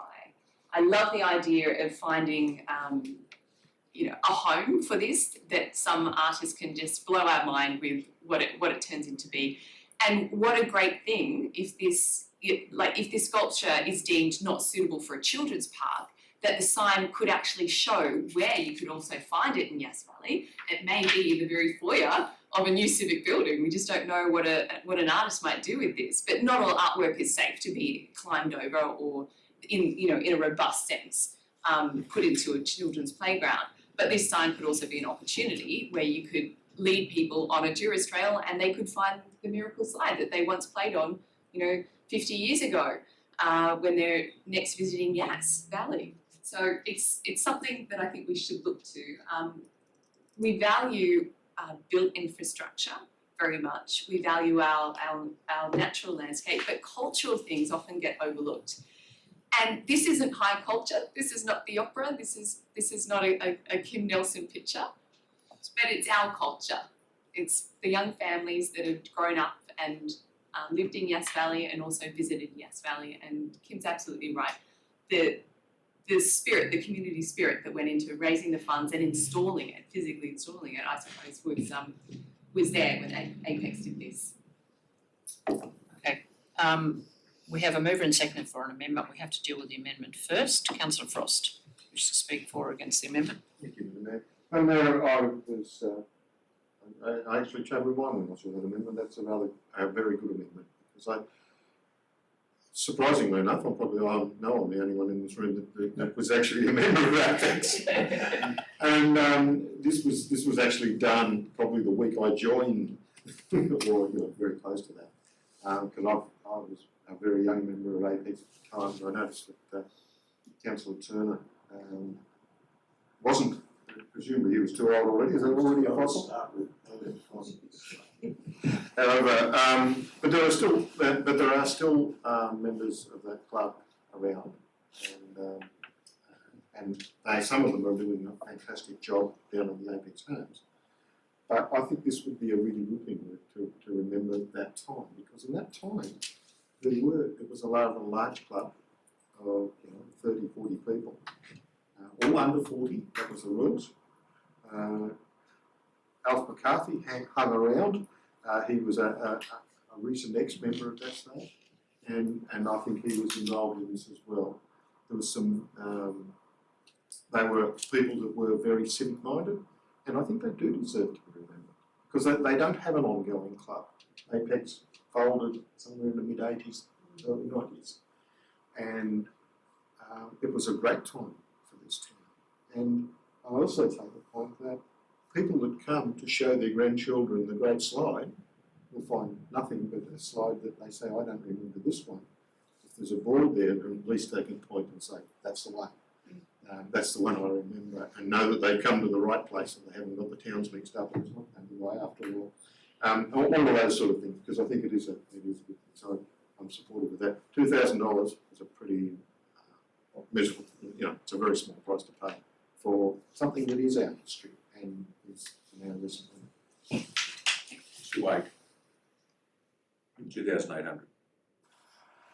Still very small.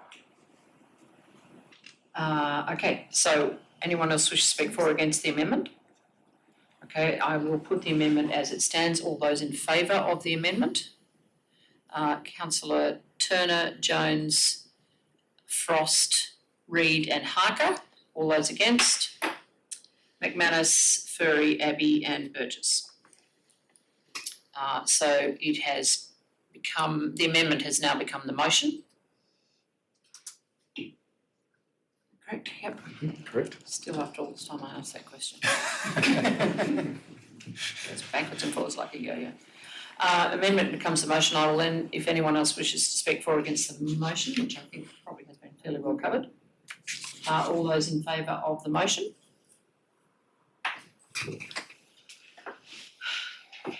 Yep, everybody. Sad.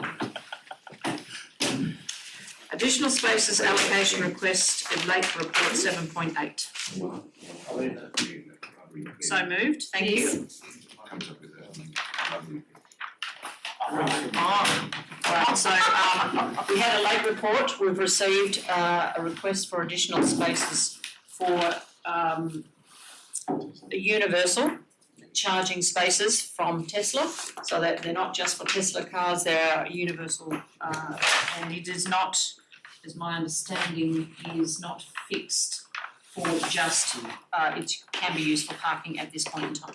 This is a summary. So that's correct. So we've had a late request. So Tesla's working through the process at the moment of doing the engineering side of putting the 6 chargers that we've originally requested or originally approved into the bay. As part of Tesla's national strategy, they've had sales that were greater than what they expected, so they believe that they'll have a greater usage rate. So they've come to us and asked for 6 additional spaces. As part of that, negotiations have gone back to look at whether they are EV specific or EV enabled. So the agreement is that, or the current negotiated point where I've reached, subject to council agreeing, is that the 6 additional EV spaces will be EV enabled, not EV specific. So they will still have the charging spaces on, but they will be EV enabled, so that people can park in those spaces even if they don't have an EV. However, the subsequent to that is that at some point, depending on the utilisation rate, so we've looked at utilisation rates at the moment, if it becomes a high utilisation rate, then we move them over from being EV enabled to EV only, solely on the fact that they're actually getting used. So I think Councillor Furry, did you move? So moved. Councillor Furry seconded. Councillor Jones. So it isn't, although it's sponsored by Tesla, it's actually a universal electric vehicle charging station. So at this point, This is where it's going to get tricky because at the moment it's going to be Tesla chargers only. so at this point, they're Tesla chargers only. They can only charge Tesla vehicles. However, the plugs that are on them are plugs suitable for all vehicles. Once Tesla haven't said they're going to, or Tesla has actually said they're going to in Europe, but they haven't said they're going to in Australia, open their charges up to everybody. And it's likely that they'll follow suit in Australia. But they haven't at the moment, no. No, and I think our motion needs to make it very clear that we're supportive of universal charging stations, whether it's called the Tesla charging station or not, doesn't matter. It's got to be a universal charging station. Otherwise, Mitsubishi or Hyundai or BMW or other players will be frozen out of this charging station. And that wasn't our intention. We need to make sure From memory, when we it's a did universal charging station. from memory, when we did the first 6, I think we actually incorporated that into it, that it was to We did. be. We did that. So I think we for the just, same reason. if we can include that in the wording. We are supportive of a universal charging station. If Tesla put it in, that's great. Is it in the previous? If Tesla put it in, that's fantastic, but It was in a motion So they for were last. Tesla, Yeah. so the previous one, it's a Tesla supercharger station, so it can only be used for Tesla at this point in time. The connections on them are universal connections, so that when Tesla open their charging network to all vehicles, they will be able to charge any vehicle that follows. That's what we agreed to. But at this point in time, Tesla charging stations, because of what they've restricted them through a software requirement, only charge Tesla vehicles. Councillor Harker had a question, then Councillor Jones. Thank you, Madam Mayor.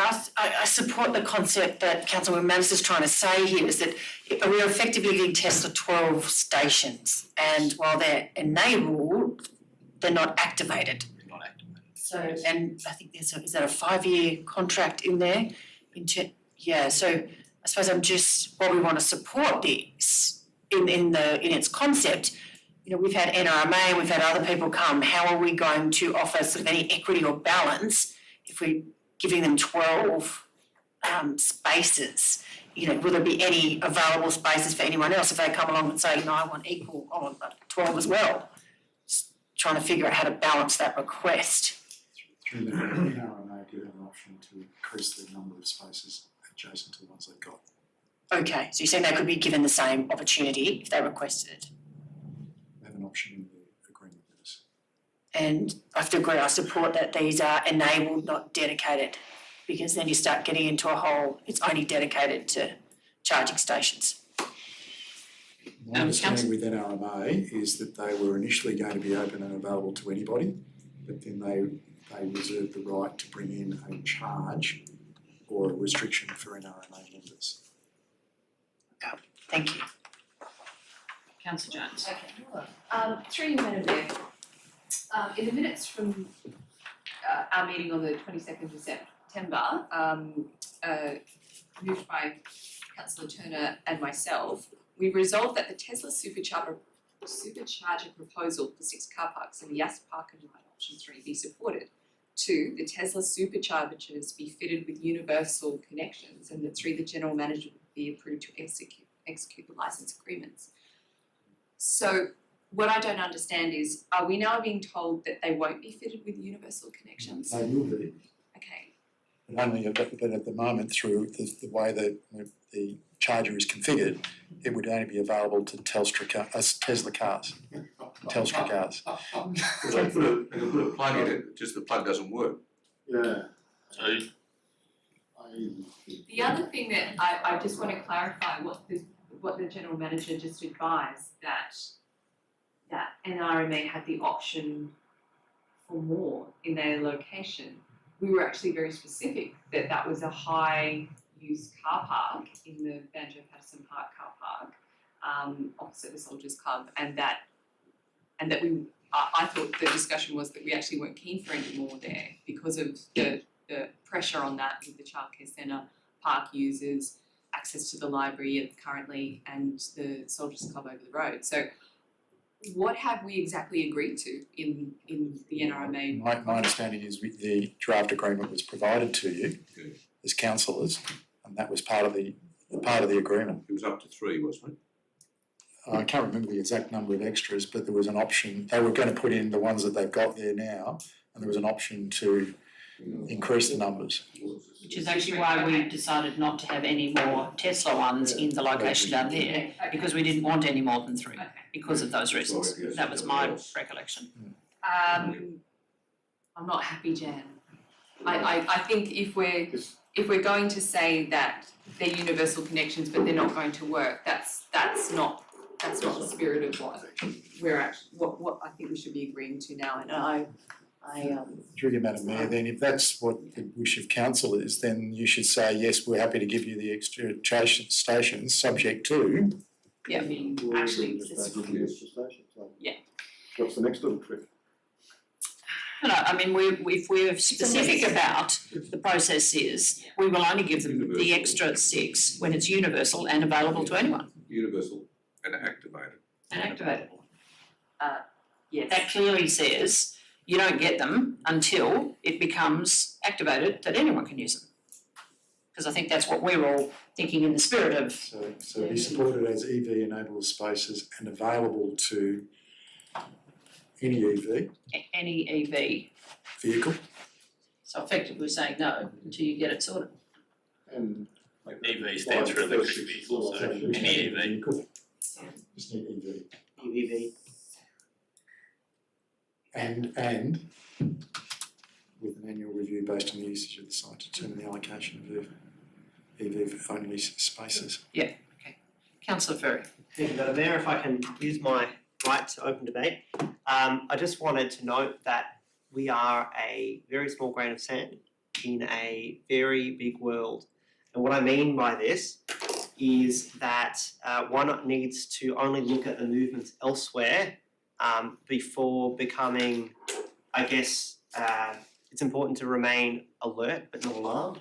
And the reason I say this is because in the European Union, a lot of this is being driven by EU lawsuits relating to the accessibility and universalness of products, not just Tesla vehicles, but even these, even the iPhone. And effectively, a lot of what is coming out of the EU, because these companies cannot just simply change their product for one region, is generating them to actually change their design in order to adhere to effectively all standards around the world. This is no different. We obviously can't put a time frame on this, but certainly much bigger gears than ours are moving. And I think it makes sense to include what we have, but I just wanted to ensure and provide some sort of relief to councillors that much bigger government bodies are pushing this a lot harder than we are. Okay. Okay, does anyone else wish to speak for or against the motion? Councillor Frost. Thank you, Madam Mayor. Madam Mayor, I think we're starting to see what happens when you jump in very quickly with some of the what we call front runners. We gave away effectively a very valuable asset in September. Essentially gave away. I don't know what the actual amount of money that we're going to get paid in the second 5 years is, but it's for 5 years anyway. Tesla, a $50 billion company, is not going to pay us anything. We asked for them to be accessible to anyone, and yes, they're putting in the universal plugs, but guess what? They've got the software that says you can't use it. That sounds to me very, very tricky. And this motion doesn't actually address that issue yet, and I hope that you will. They will be available to anyone, including the 6th in September, be available to anyone. I don't think it... EV enabled just says electric vehicle enabled. It doesn't mean that it's available, they're universally available to any electric vehicle. And it doesn't sound, I have to say I was surprised when the comment came back that yes, they were quite happy to put in universal connections. I thought that was a win, but it seems it wasn't. It was give away. With one hand they were saying yes, and the other hand they were saying, oh yeah, but we're going to block that. That's not, to me, that's not good. To me, we're dealing with the first people, and these guys are wheeler dealers, and to be honest, they're rent seekers. When they asked us for 6, we gave them 6. They thought, let's ask them for 6 more, because that's a valuable commodity.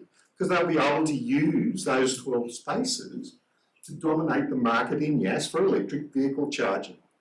Because anybody else has to go and buy their own land or convert it from a petrol station or whatever. Everybody else has to do that. But Tesla, it'll have these sitting up there. And so will the NRMA. It's only a $16 billion company. This one's a $52 billion company.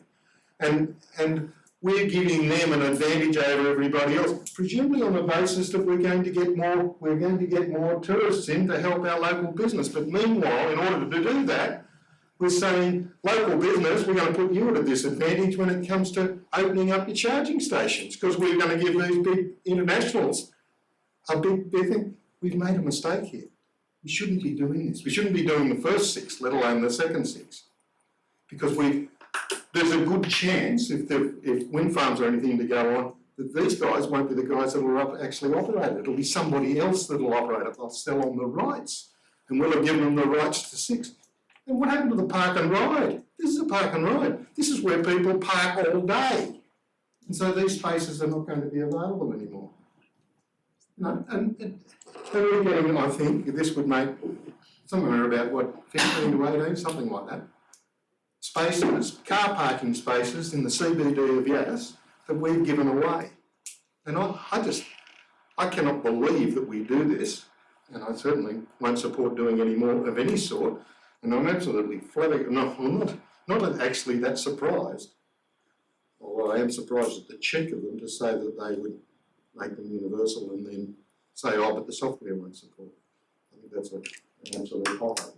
But, so I'll be voting very much against it, as I did last time, and because I think we're dealing with the world, and that's not a good way for council to go.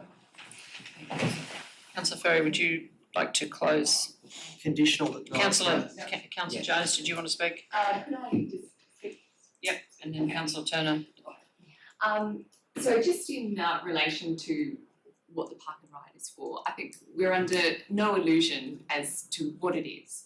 No country town would say, yes, that's a fabulous idea to put a park and ride in the centre of your town and have it as dead space. What it was 100% funded grant from the state government, and we took it with both hands. We had a bit of an argument about it, but we took it. And so we've paved a beautiful spot now that we can actually encourage people to come to Yass and spend active time and money in our community. And so I have no issue with providing parking spaces for people that will come and spend money in Yass as opposed to those that will leave the community and not spend money in Yass. So we still have an economic advantage to having these here. Yes, I think we need to have a really clear understanding of how many we're prepared to put aside in that location, and we have to have an even clearer understanding in the more high pressure zones of Banjo-Patterson Park. I understand our limit is 3 there for the NRMA, and I truly believe that we shouldn't go beyond that until our community actually says we're all EVs, so we want them there. What I'm seeing here is the need for greater clarity of exactly what we want to extract.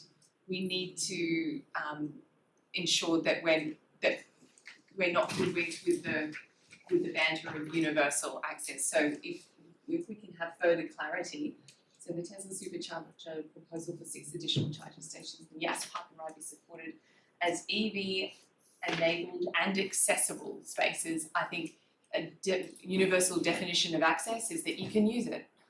I think that's what it was saying, and available to any EV with a. Perhaps we should available to any make of EV.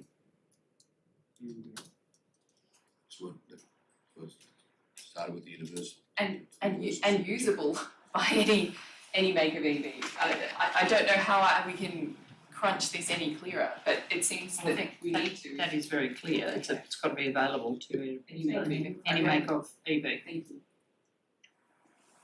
Councillor Turner. I think I take Councillor Frost's point. I think we have the opportunity here to apply a very hot torch to a very sensitive rear end. They haven't enabled the first 6. This is an opportunity to defer this proposal until such time as they make good on the first 6 and guarantee the next 6 are available for the use of anyone in the community who has an electric vehicle. Okay, Councillor Ferry. Thank you, President Mayor. I'll keep it very brief. One day. I think a lot of councillors tonight, Madam Mayor, have actually made the case. And what I wanted to make clear is, similar to the remarks I made towards the beginning of this recommendation, is without going into the detail of antitrust suits and different technology architectures, the days of having a closed technology architecture are very archaic and from decades ago. And this is a company that has got their rear end kicked by multiple jurisdictions for having closed architecture. It does not work. So I agree with the recommendation as it stands. I agree with the emphasis on making it available to any make of EV. But I do want to make it quite clear, I believe that companies cannot be left alone to regulate themselves. That is, for me, a fact. And that is why there are so many antitrust suits happening against the company in question in different jurisdictions. I think the outcome of this, as alluded to by that Twitter post, is that this company will go to an open architecture and that it will be available to any native EV. It is simply a matter of time. Just a small point, typo in the middle there, spaces and available, and spaces are available. Yes, thank you, good pickup. All right, on that basis, we have a mover and seconder, all those in favour? All those against? Councillor Frost against, motion carried. Moving to the Director of Corporate and Community Reports, we have 4 reports, we have The infrastructure program 7.9. we've passed that in the first round. Oh, sorry, we did. Apologies. That's okay.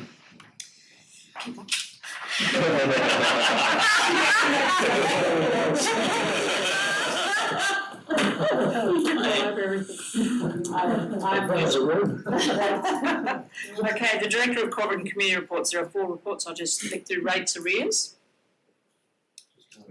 Question, okay. Investment and borrowing report, question. First quarter budget review. Library overdue funds. Okay, let's start at the beginning. Rates arrears, Councillor Frost? Madam Mayor, Madam Mayor, Are you happy to move it be noted with a question or something? yeah, I'm quite happy to move the. Can I have a seconder? Thank you, Councillor Turner. Okay, could I just ask the Director, there's a carryover amount there of, I think $1 million that we started with, $1 million, and we had 17% paid. Do we know what last year's figures were? I'm trying to work out whether or not we've done well or we've done badly, the numbers themselves, unless we have something. Sure, at the same point in time last year, we are about 20% behind than we were last year, so not 20% less people or less amount has been paid this year as was paid last year. Probably to do with some COVID financing problems, I would suggest. Yeah, I would suggest that suggests to me that some people are having difficulty, not everyone, because some people COVID actually means they haven't spent so much money because they haven't been going away, but that does suggest that there's an ongoing problem. Does that suggest to you that there may be some need to take some different measures, and I don't mean necessarily harsh ones, but in order to manage that? Look, it's something that we will have to monitor as we go through, as we've all had difficult year with COVID, and some people have been unfortunately unable to work during this time. We need to just let the quarters work their way through, and if we start to feel that there are issues, then we need to deal with this on an individual basis. And we do promote hardship, we have a hardship policy, and ratepayers are welcome to come and talk to us on an individual basis. Any other questions? Councillor Turner. Thank you. Just a question, I note there that there are 7 properties that are going up for auction on the 17th of November. Is that going up to open auction, Yes. online auction? No, it will, through the mayor, it will be in the chambers here. Councillor McManus, was that just an or a? Is that in? I think they're all the cemeteries and things. I don't have the details, there are various, What's some of them? Yeah, so that's not in there, the 7. No, that, it was in previous reports. Does that include the property that I asked for special consideration as to whether we were interested in it? There's a couple of properties that we're interested in, because we're the surrounding landowner. Did we come to a position on any of those? No, you haven't, and the legal advice is that you don't need to. In the old days, the councils used to set the reserves, set a reserve on it, but then the difficulty is that what appears to be is that you then have a conflict of interest if you're then bidding on it, because you know the reserve. So the legal advice was that. So we're not to know whether we're interested in buying it or not? Well, Wow. Stumped. Well, the thing is, if we own all the surrounding land, who else is going to buy it? I don't know, but I thought we were going to have a discussion to decide whether we were interested in buying it or not the amount. Well, still we, We've got to sell it, we've got to well- buy it ourselves. We own everything around it. my view would be, we would be interested in buying it if it's surrounded by. Because there was one land we own. particular property I mentioned here with you, but I'm not supposed to know anymore. Right. Just, That may have to go into Accused of being ignorant before. that sounds like it has to be in a That was- confidential that was- discussion. That was because I asked the very question of both governance and our rates officers about having to set a reserve for some of these, and the legal advice back was, no, you don't, because if you set, you've got a conflict. Yeah, I can appreciate that, but it was the principle about whether we wanted that land or not. But the problem we've got with certainly the one in the middle of the park is why, I mean, Who else can buy it? who else can buy it because they can't get legal access to it. Are we allowed to have the discussion? We just go into confidential. Because we've got to give due notice. Are we, You can waive due notice because of the time frame. I think It's an urgent matter. but how much can we discuss, given what you've just told us? Nothing. Confidential, you can discuss it. Sorry, I haven't got the information in front of me, but I can circulate the advice that we've received. No, I trust your advice that we're not supposed to know, that's all right, we'll just. So I guess the question, if you were going to discuss it in closed session, would be whether there's any interest in any of that, if council expressing an interest to purchase any of that land. That was the conversation I wanted to have. But that hasn't been given us, we haven't had that opportunity. But what I'm saying to you now is that you could you could say, because of the timing of the auction, that you would like to have that discussion in closed session this evening. I'll move that from the motion that's in front of us, which I've lost, This is the report that the rates arrears be noted. and that a confidential discussion be held in regard to council's interest or non-interest in those parcels. Is that okay? Yeah, I'm But we don't be, Time up with the actual section of the act, but we may not be interested in any of it. But I think this room should be making that decision if we're allowed to. Well, I think you'd only be just giving a direction to. It's a direction, not a General decision. General direction. So we won't be setting prices or. No. So we won't be going in the area of the conflict. It's whether we think There's some there may be some benefit in us. public interest benefit in purchasing land. Okay, on that. Please, sorry, Madam Mayor. I might need to tidy up those words afterwards, but all those in favour, sorry? We're going to have a further discussion in confidential about the actual. For that, whether he's agreed. Yeah. Councillor Turner, you're happy with that amendment? remove that motion, can I ask?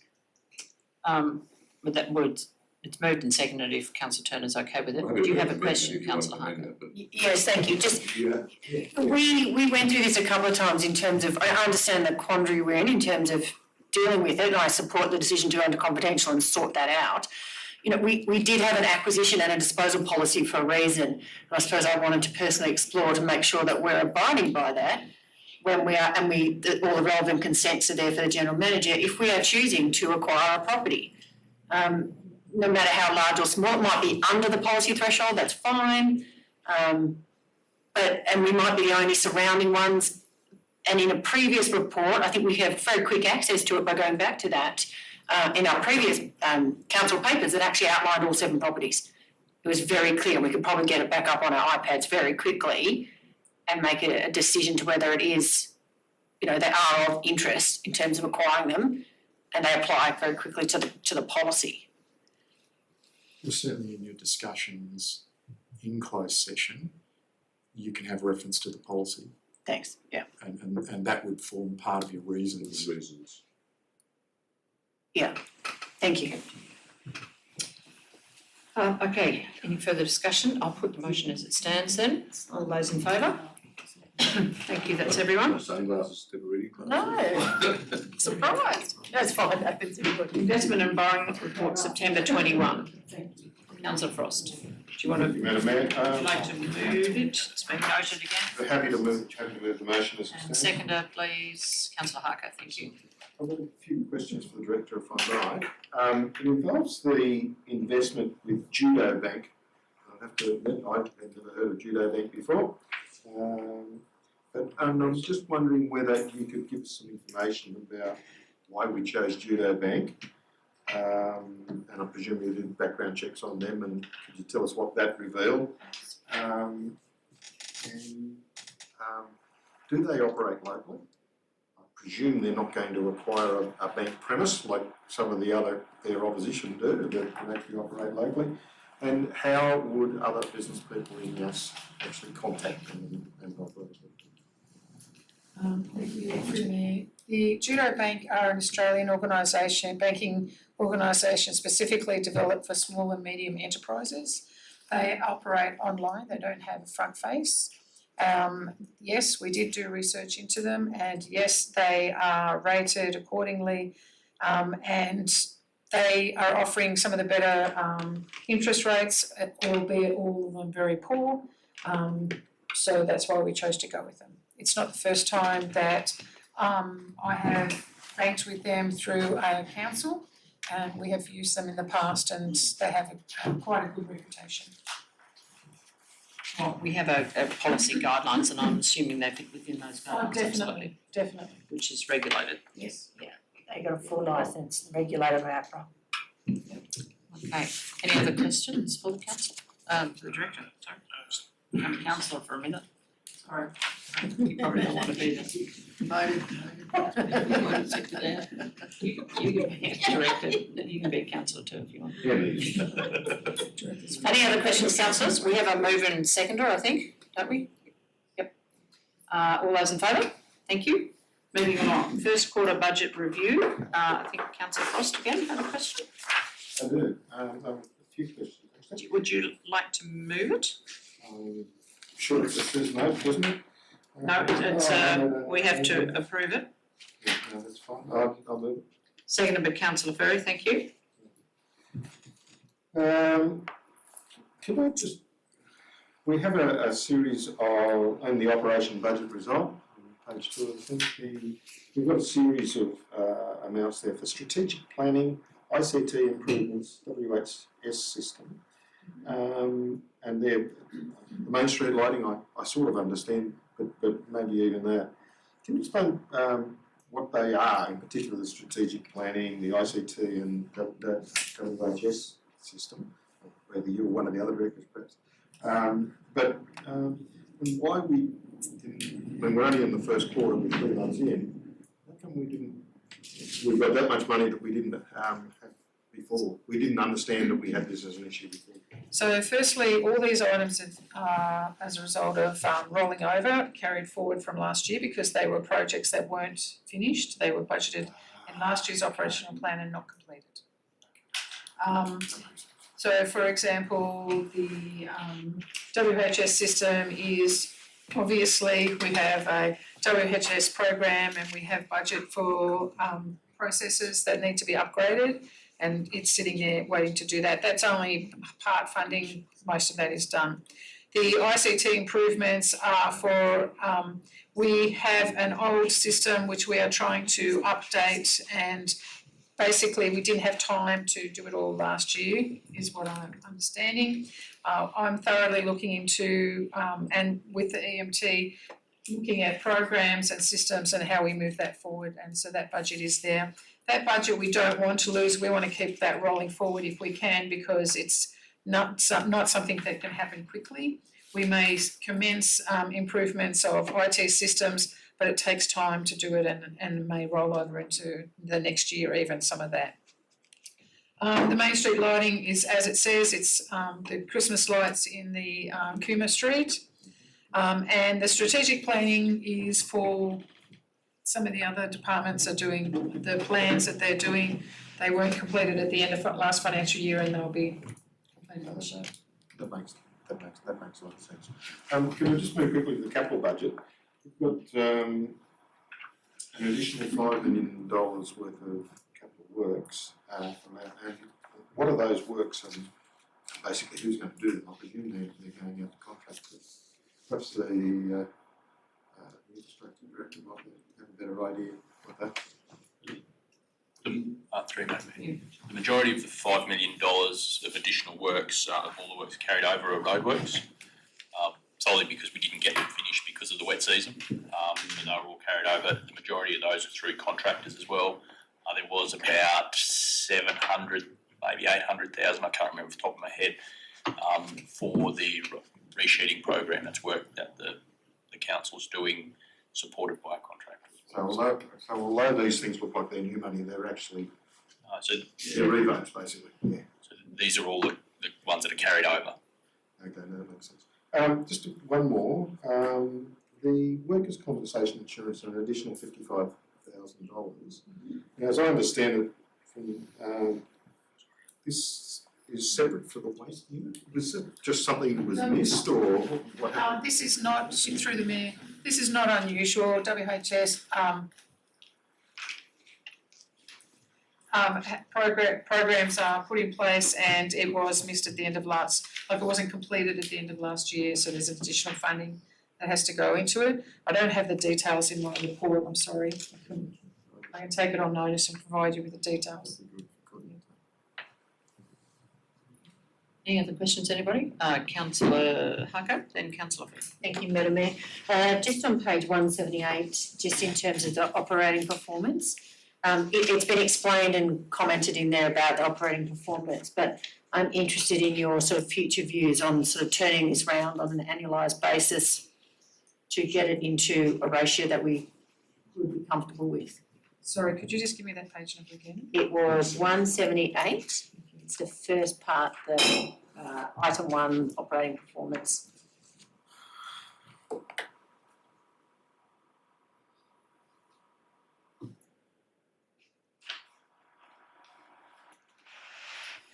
So this section for operating performance is as a result of like the additional grants that we've been getting. So the more capital grants we get, the ratio of the operating performance will reduce. As we use the grants, the operating performance will come up again. Ironic in a way. Yep. We can get more grants, operating performance goes down. Yep. Okay. So I suppose that's what I'm asking your opinion, will it equalise out? Oh, definitely. As the projects start to kick in and the funding gets used, they will start to level out. And the finance team estimate that we're looking at the next year. In the next year, quite a lot of the projects will be undertaken. You'll see a lift in that in the next financial year. Thank you. Councillor Ferry, you didn't have a question? No? Okay. All right, any other questions, anybody? All right, I'll move the motion as it stands. All those in favour? Aye. Thank you, that's everyone. Moving to library overdue fines. So moved, Councillor Ferry. Councillor Jones seconded. Does anyone wish to speak to this? Councillor Frost and then Councillor Jones. Could I just ask the director again if the idea that we don't have any fines on very appealing and that sort of thing, but it does raise the question in my mind: how do we ensure that people just don't make off with our books and then never come back? And I mean, obviously there's some experience and it doesn't happen, but do we have anything to ensure that happens, or is it how does it work that we can actually do this? Either in long term, people forgetting about books and they end up in their library, or books that are sometimes books become very valued over a short term. How do we get people to bring them back in 2 days rather so that somebody else can get them out? Those sort of things. I just it's interesting, but I don't really understand how it works. So the data for the last 15 years with the state libraries shows that those libraries who have removed library fines, their resources are returned in a more efficient manner. And they believe that the reason for this is that people who use the library, normally if you get a late fee, it's because you've forgotten about it. It might be a mother or an elderly person. They're embarrassed to come back with their book if they realise they have a fine. If they are a little bit late, it's okay. They bring their books back, but they're late. Removing the late fees doesn't remove lost item fee. So if you actually lose a book, there will still be a fee for that. So it doesn't matter if you bring it back a week, a month, a year late, but if you don't bring it back after 12 months, there will be a lost fee rate put on it. So we're still tracking the resources. We're not losing that contact of where things are and if they're coming back or if they're not. It's just the dollar or the $5 to reduce that fee and that embarrassment really and most of it is the older community. And so there's no moratorium on people that have got books still outstanding. They still need to bring the book back. Oh yeah, well you will find that everybody that has a late fee here, all the books are back. There are no outstanding or lost resources. Any other questions, anybody? Councillor Jones. I would sincerely dispute that it's just the elderly, as I know. I was being generous. But there is a bag in my car that's been sitting there for 2 weeks going, take me back. Anyway, so I just want to point out that the staff are actually really fantastic about shooting off a reminder email, so you're not just left to gather the mental resources yourself and remember. But what I do see is a much better platform for this. It only takes a series of children to get sick, and there goes 6 weeks because they never get sick all exactly at the same time, and your routine is disrupted. And I once met what was the brightest kid in my children's school outside of the library, barefoot with a bike, and I said, "Why don't you come in with us?" And he said, "I can't. We've got fines. We can't go in." and that really spoke to me that that particularly as a particular demographic, when there may be many issues and complex issues with the parents, that they are loath to take home things that they might then be responsible for in a way that's unexpected. Unexpected expenses are very, very concerning for a lot of families. So when there were fines and my children said, "We're renting books," I said, "Yes, that's right, we are. We're not borrowing, there will be a price eventually." But it warms my heart to see that this is the direction our council is taking. And it is true that the books are very, high consumables now. They're much cheaper to buy a paperback than it used to be. That used to be something that was on the Christmas list for a very long time. And DVDs get scratched after 15 uses these days, and I joke that I'm actually part of the process that determines to actually figure out which ones freeze 5 minutes in, because I put a little sticky note inside them when I return them and say, "This one's scratched, you can't get past scene 5. So there is a need to constantly replenish our stock. This is not like the days when there was a set of exclusive encyclopedias that were the be all and end all of information. Our library does so much beyond just books now that if you had to audit what they do, they might just forget to put the word loaning books out because they do so much. But it is still part of what was a big fear for a lot of people in our community. So thank you for doing this direction. I commend it. Okay, councillors, I'll put the motion as it stands. All those in favour? Thank you. Moving to the General Manager's report, plural. So I'm going to gather there's a few to go to confidential, and the reason they're going to confidential is in accordance with section 10A2DI of the Local Government Act, which permits a meeting to be closed to the public for business relating to commercial information of a confidential nature, and if disclosed would prejudice the commercial position of the person who is supplied. That as the starting point, we'll go, I'd like a mover and seconder for 9.1, 9.2, 9.3, 9.4, 9.5 and 9.8. So moved Councillor Ferry, Councillor Turner. All those in favour? Aye. Thank you.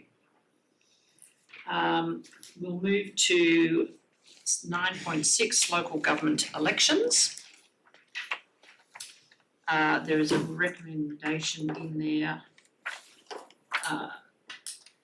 And I would also like to add in there that we actually change the final meeting date. Is it there? Sorry. So there's an alternate motion Oh, there thank to cancel the November meeting and reschedule it to the 1st of December. Which is the following week. I'm hoping that might suit everybody else. Unfortunately, I will not be able to make the November meeting, and after 9 and nearly half years as the mayor, I would really like to be here for the last one. So with your indulgence, if you are happy, I would like to move that we reschedule to the 1st of December. It also puts, So moved Councillor Ferry, seconded Councillor Reid, thank you. it also means that by cancelling the December meeting, you're pushing this council through to the very last to deal with any business prior to the election. So that extra week, it's the maximum amount any business has to be dealt with. Thank you. I was just going to add, there are a few of us as outgoing councillors, I'm assuming, and with indulgence of the rest of the councillors, that some may wish to have a brief farewell chat, summation of time they've enjoyed on council, and a few wins as part of a farewelling process. But I'm thinking that it may be a process that everybody might want to do it, whether you're standing or not standing, because there's no guarantees in life, as we know. But I think for the sake of everyone's process, we probably need to limit the time, and I'm going to ask you for suggestions on what that limit of time should be. I'm going to suggest no more than 5 minutes each, on the basis that if it's more than that, but if you feel you do, I'm happy to hear from you. I'm seeking directions from you. If you go more than 5 minutes, that's quite a bit of time rolls out. Councillor Ferry, comment? Just quickly, through you, Madam Mayor, one of the reports that will be coming to the December meeting will be an end of term report for the whole of council. My suggestion would be that if you like, 5-minute recap be done as part of that report. Right, as a verbal comment. Councillor Ferry, you're about to say something, sorry, he's about to say something. Do you need 20 minutes? You've been here a long time. I'm sorry, that was a bit harsh. Give him 3 and we'll just, hit the gavel or There's continue. no, We restrict the general public for 3 minutes. there's no, I just, there's nowhere for councillors to actually make big long speeches.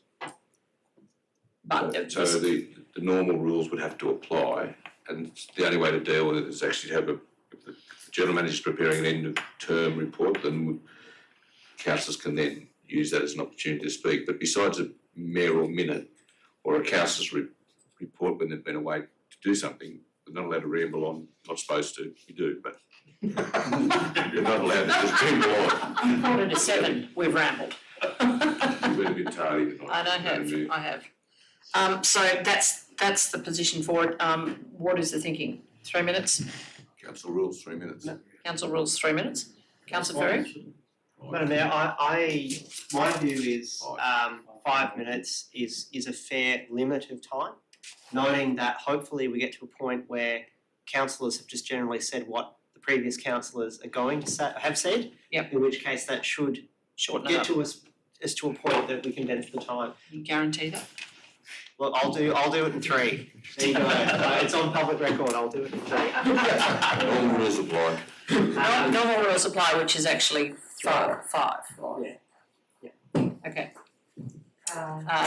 Councillor Harker. I respect the decision to move it as on a logic in that, unfortunately I'm away that week. Oh, no. Oh.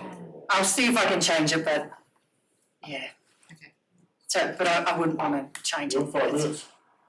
Give us a warning. No, I'm in Broken Hill, it's a big commitment to Can you fly back and forth, so I'll Can you zoom in? possibly, Okay. yes, possibly. Technology, if it works up there, yeah. Okay, all right, that being the case, the motion is in front of you, all those in favour? Aye. Thank you. All right, noting local government elections, and I think Chris will talk to us about returning phones and equipment at, do you want to come back now or at the next meeting? Look, we can cover it at the next meeting. The idea is that to return your equipment and on the 3rd, because the 4th is when technically you're all finished up. And we will take the equipment back and we will clean up each of the iPads. The idea is that the new councillors will be getting new iPads. These ones will be repurposed throughout the organisation. I know I've had at least one request for can we retain the iPad. We haven't actually made a decision on that yet, but we'll discuss that. So if there's anyone who's got a specific request that they would like to hang on to it, we'll still need to clean it up, but we can at least consider the option. Okay, councillor. May I ask the General Manager a question on the election? I note that the no-go zone for officers is now currently 100 metres. Yep. I presume that all the election material will be on the other side of the street in that case. Yeah, look, we don't set those rules. They're done by the Electoral Commission. Those will be inside the area. Are they rules or suggestions? No, they're going to be rules. COVID rules. 100 metres. No. It's the garbage they go on with in Canberra. Yep. I'm not disagreeing. We came as a surprise to staff when we saw that recommendation as well. Just and say, would you like to receive paper from me? Anyone parks within that 100 metres of the front door is going to miss all that and how to vote cards as well, I presume. Oh. Some people might like that. They are going to make it more difficult.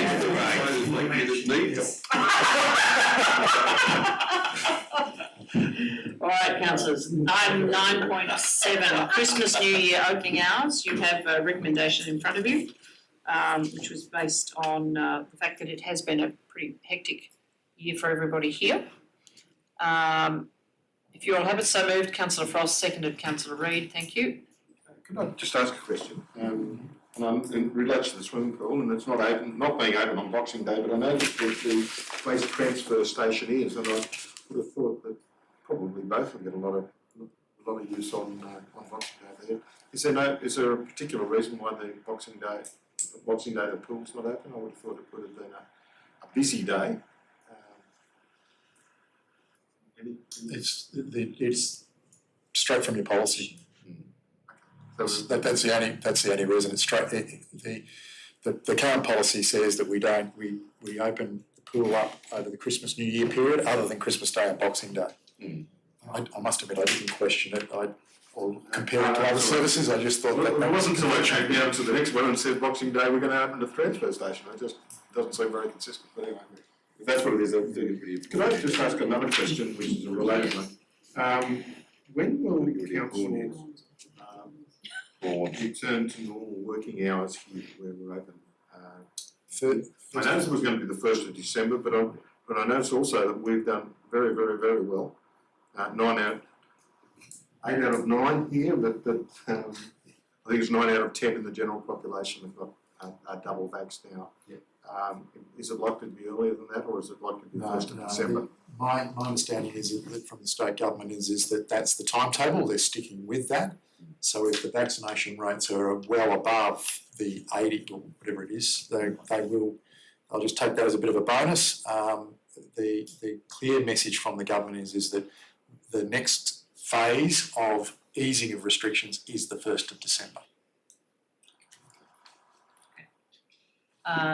Did we moved and seconded that, I think? Okay, all those in favour? Thank you. Do you have another question, Councillor McManus, or take it offline afterwards? Moving, notices of motion none, questions with notice, minutes and recommendations of council committees. We have the minutes of the Audit Risk and Improvement Committee held on the 28th of September. So moved, Councillor Furey, Councillor Reid, thank you. Any questions, anybody? Councillor Frost. Yeah, thank you, Mayor. I'm just sort of reading the minutes and I noticed that they considered the draft annual financial statements and they noted them. And I was rather hoping that Eric might give us a little bit more guidance than that, and I'm wondering, since you were there, whether you could actually tell us what comments were made about how we might improve or not, or what was done exceptionally well, so on. Was there any comment made within the meeting about those things? When you say that they just noted the financial report. But that's all it says in the minutes. Yeah, I'm sure because I'm sure that's all it's they in can actually do. They can only note them because we have to actually adopt them, and they've gone through with the auditor. But essentially, I guess at a high level, there were no real concerns that were raised. There were some ongoing management issues that have been identified. There's a timeframe for rectification. None of them are in that sort of high or extreme level of concern. They're just issues that have taken time and are still taking time to resolve as a general process. And you will get that information back through the audit report as well. So that means that, were they relating to the timing, in particular timing of us having to preempt almost the statements in our decision making before we actually see them? Was that a part of the concern? No, not at all. No, they're just issues that the auditors had raised, and those comments go to the management team and they respond to those, and then there's agreed timeframe for completion of the outstanding items, essentially. Okay. Any other questions? Okay, all those in favour? Thank you, that's everyone. Minutes of the Yass Soldiers Memorial Hall Committee held on the 7th of October. And there's quite a few recommendations in there, which is great. Nice to see that we've got that report back. So are you prepared to move that, Councillor Frost? Seconded, Councillor Turner, thank you. You wish to speak to it. Thank you, Madam Mayor. Without going through them all, through the Councillor Gordon, I note that we're getting some progress among our staff in particular for that. In particular, getting all those reports together, getting them in, and tracking out a plan for how we might go forward with the Memorial Hall. It's great we are. As I understand it, we've had an extension of our deadline in order to get our expression of interest in, and I'm sure that'll be very welcome around here, and it'll be great because it means we'll be able to get a better one in, hopefully, and we are successful. There's just over $1 million in order to get the hall essentially back to what it was before. And as you are aware, the hall was very fit for purpose in 1922. Not quite so fit for purpose in its current configuration in 2022. And so that there needs to be a lot more work done in order to make it so that it is going to be very, very useful going forward. So, and that's, so as I say, I thank staff for that, and I'm really glad that we're getting that update and improvement happening with the board. And I would just say, thank staff for their work in that, because I think it has. We've not always, staff in our committee haven't always done well, but I think over the last couple of years we've done very, very well. So thank you for that. And finally, can I just, because this is the last one, and that'll be the last board meeting this year, could I just thank all committee members who put a lot of work in there and are very, very concerned about it. We've got about the hall and would continue to, and I trust that they will continue on in various roles on that committee in the new council and actually see the job get done. So, but I think for their interest. If you remember, Mayor, the closing date now is the 17th of November, not the 3rd. It was the 3rd at the time when the committee considered it, but in terms of council, I think you should probably just note it's the 17th.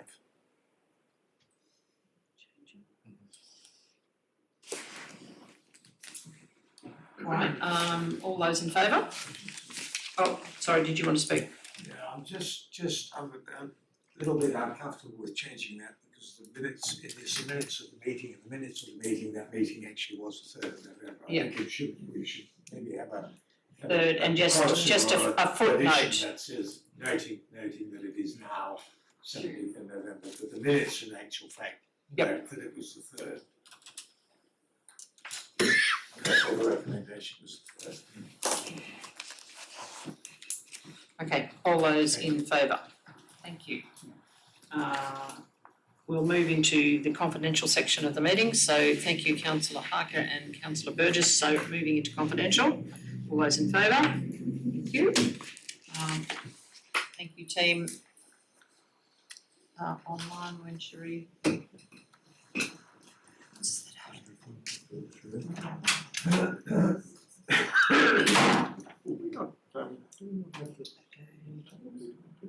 What? The paper just didn't turn up today, or they invited or? Paper.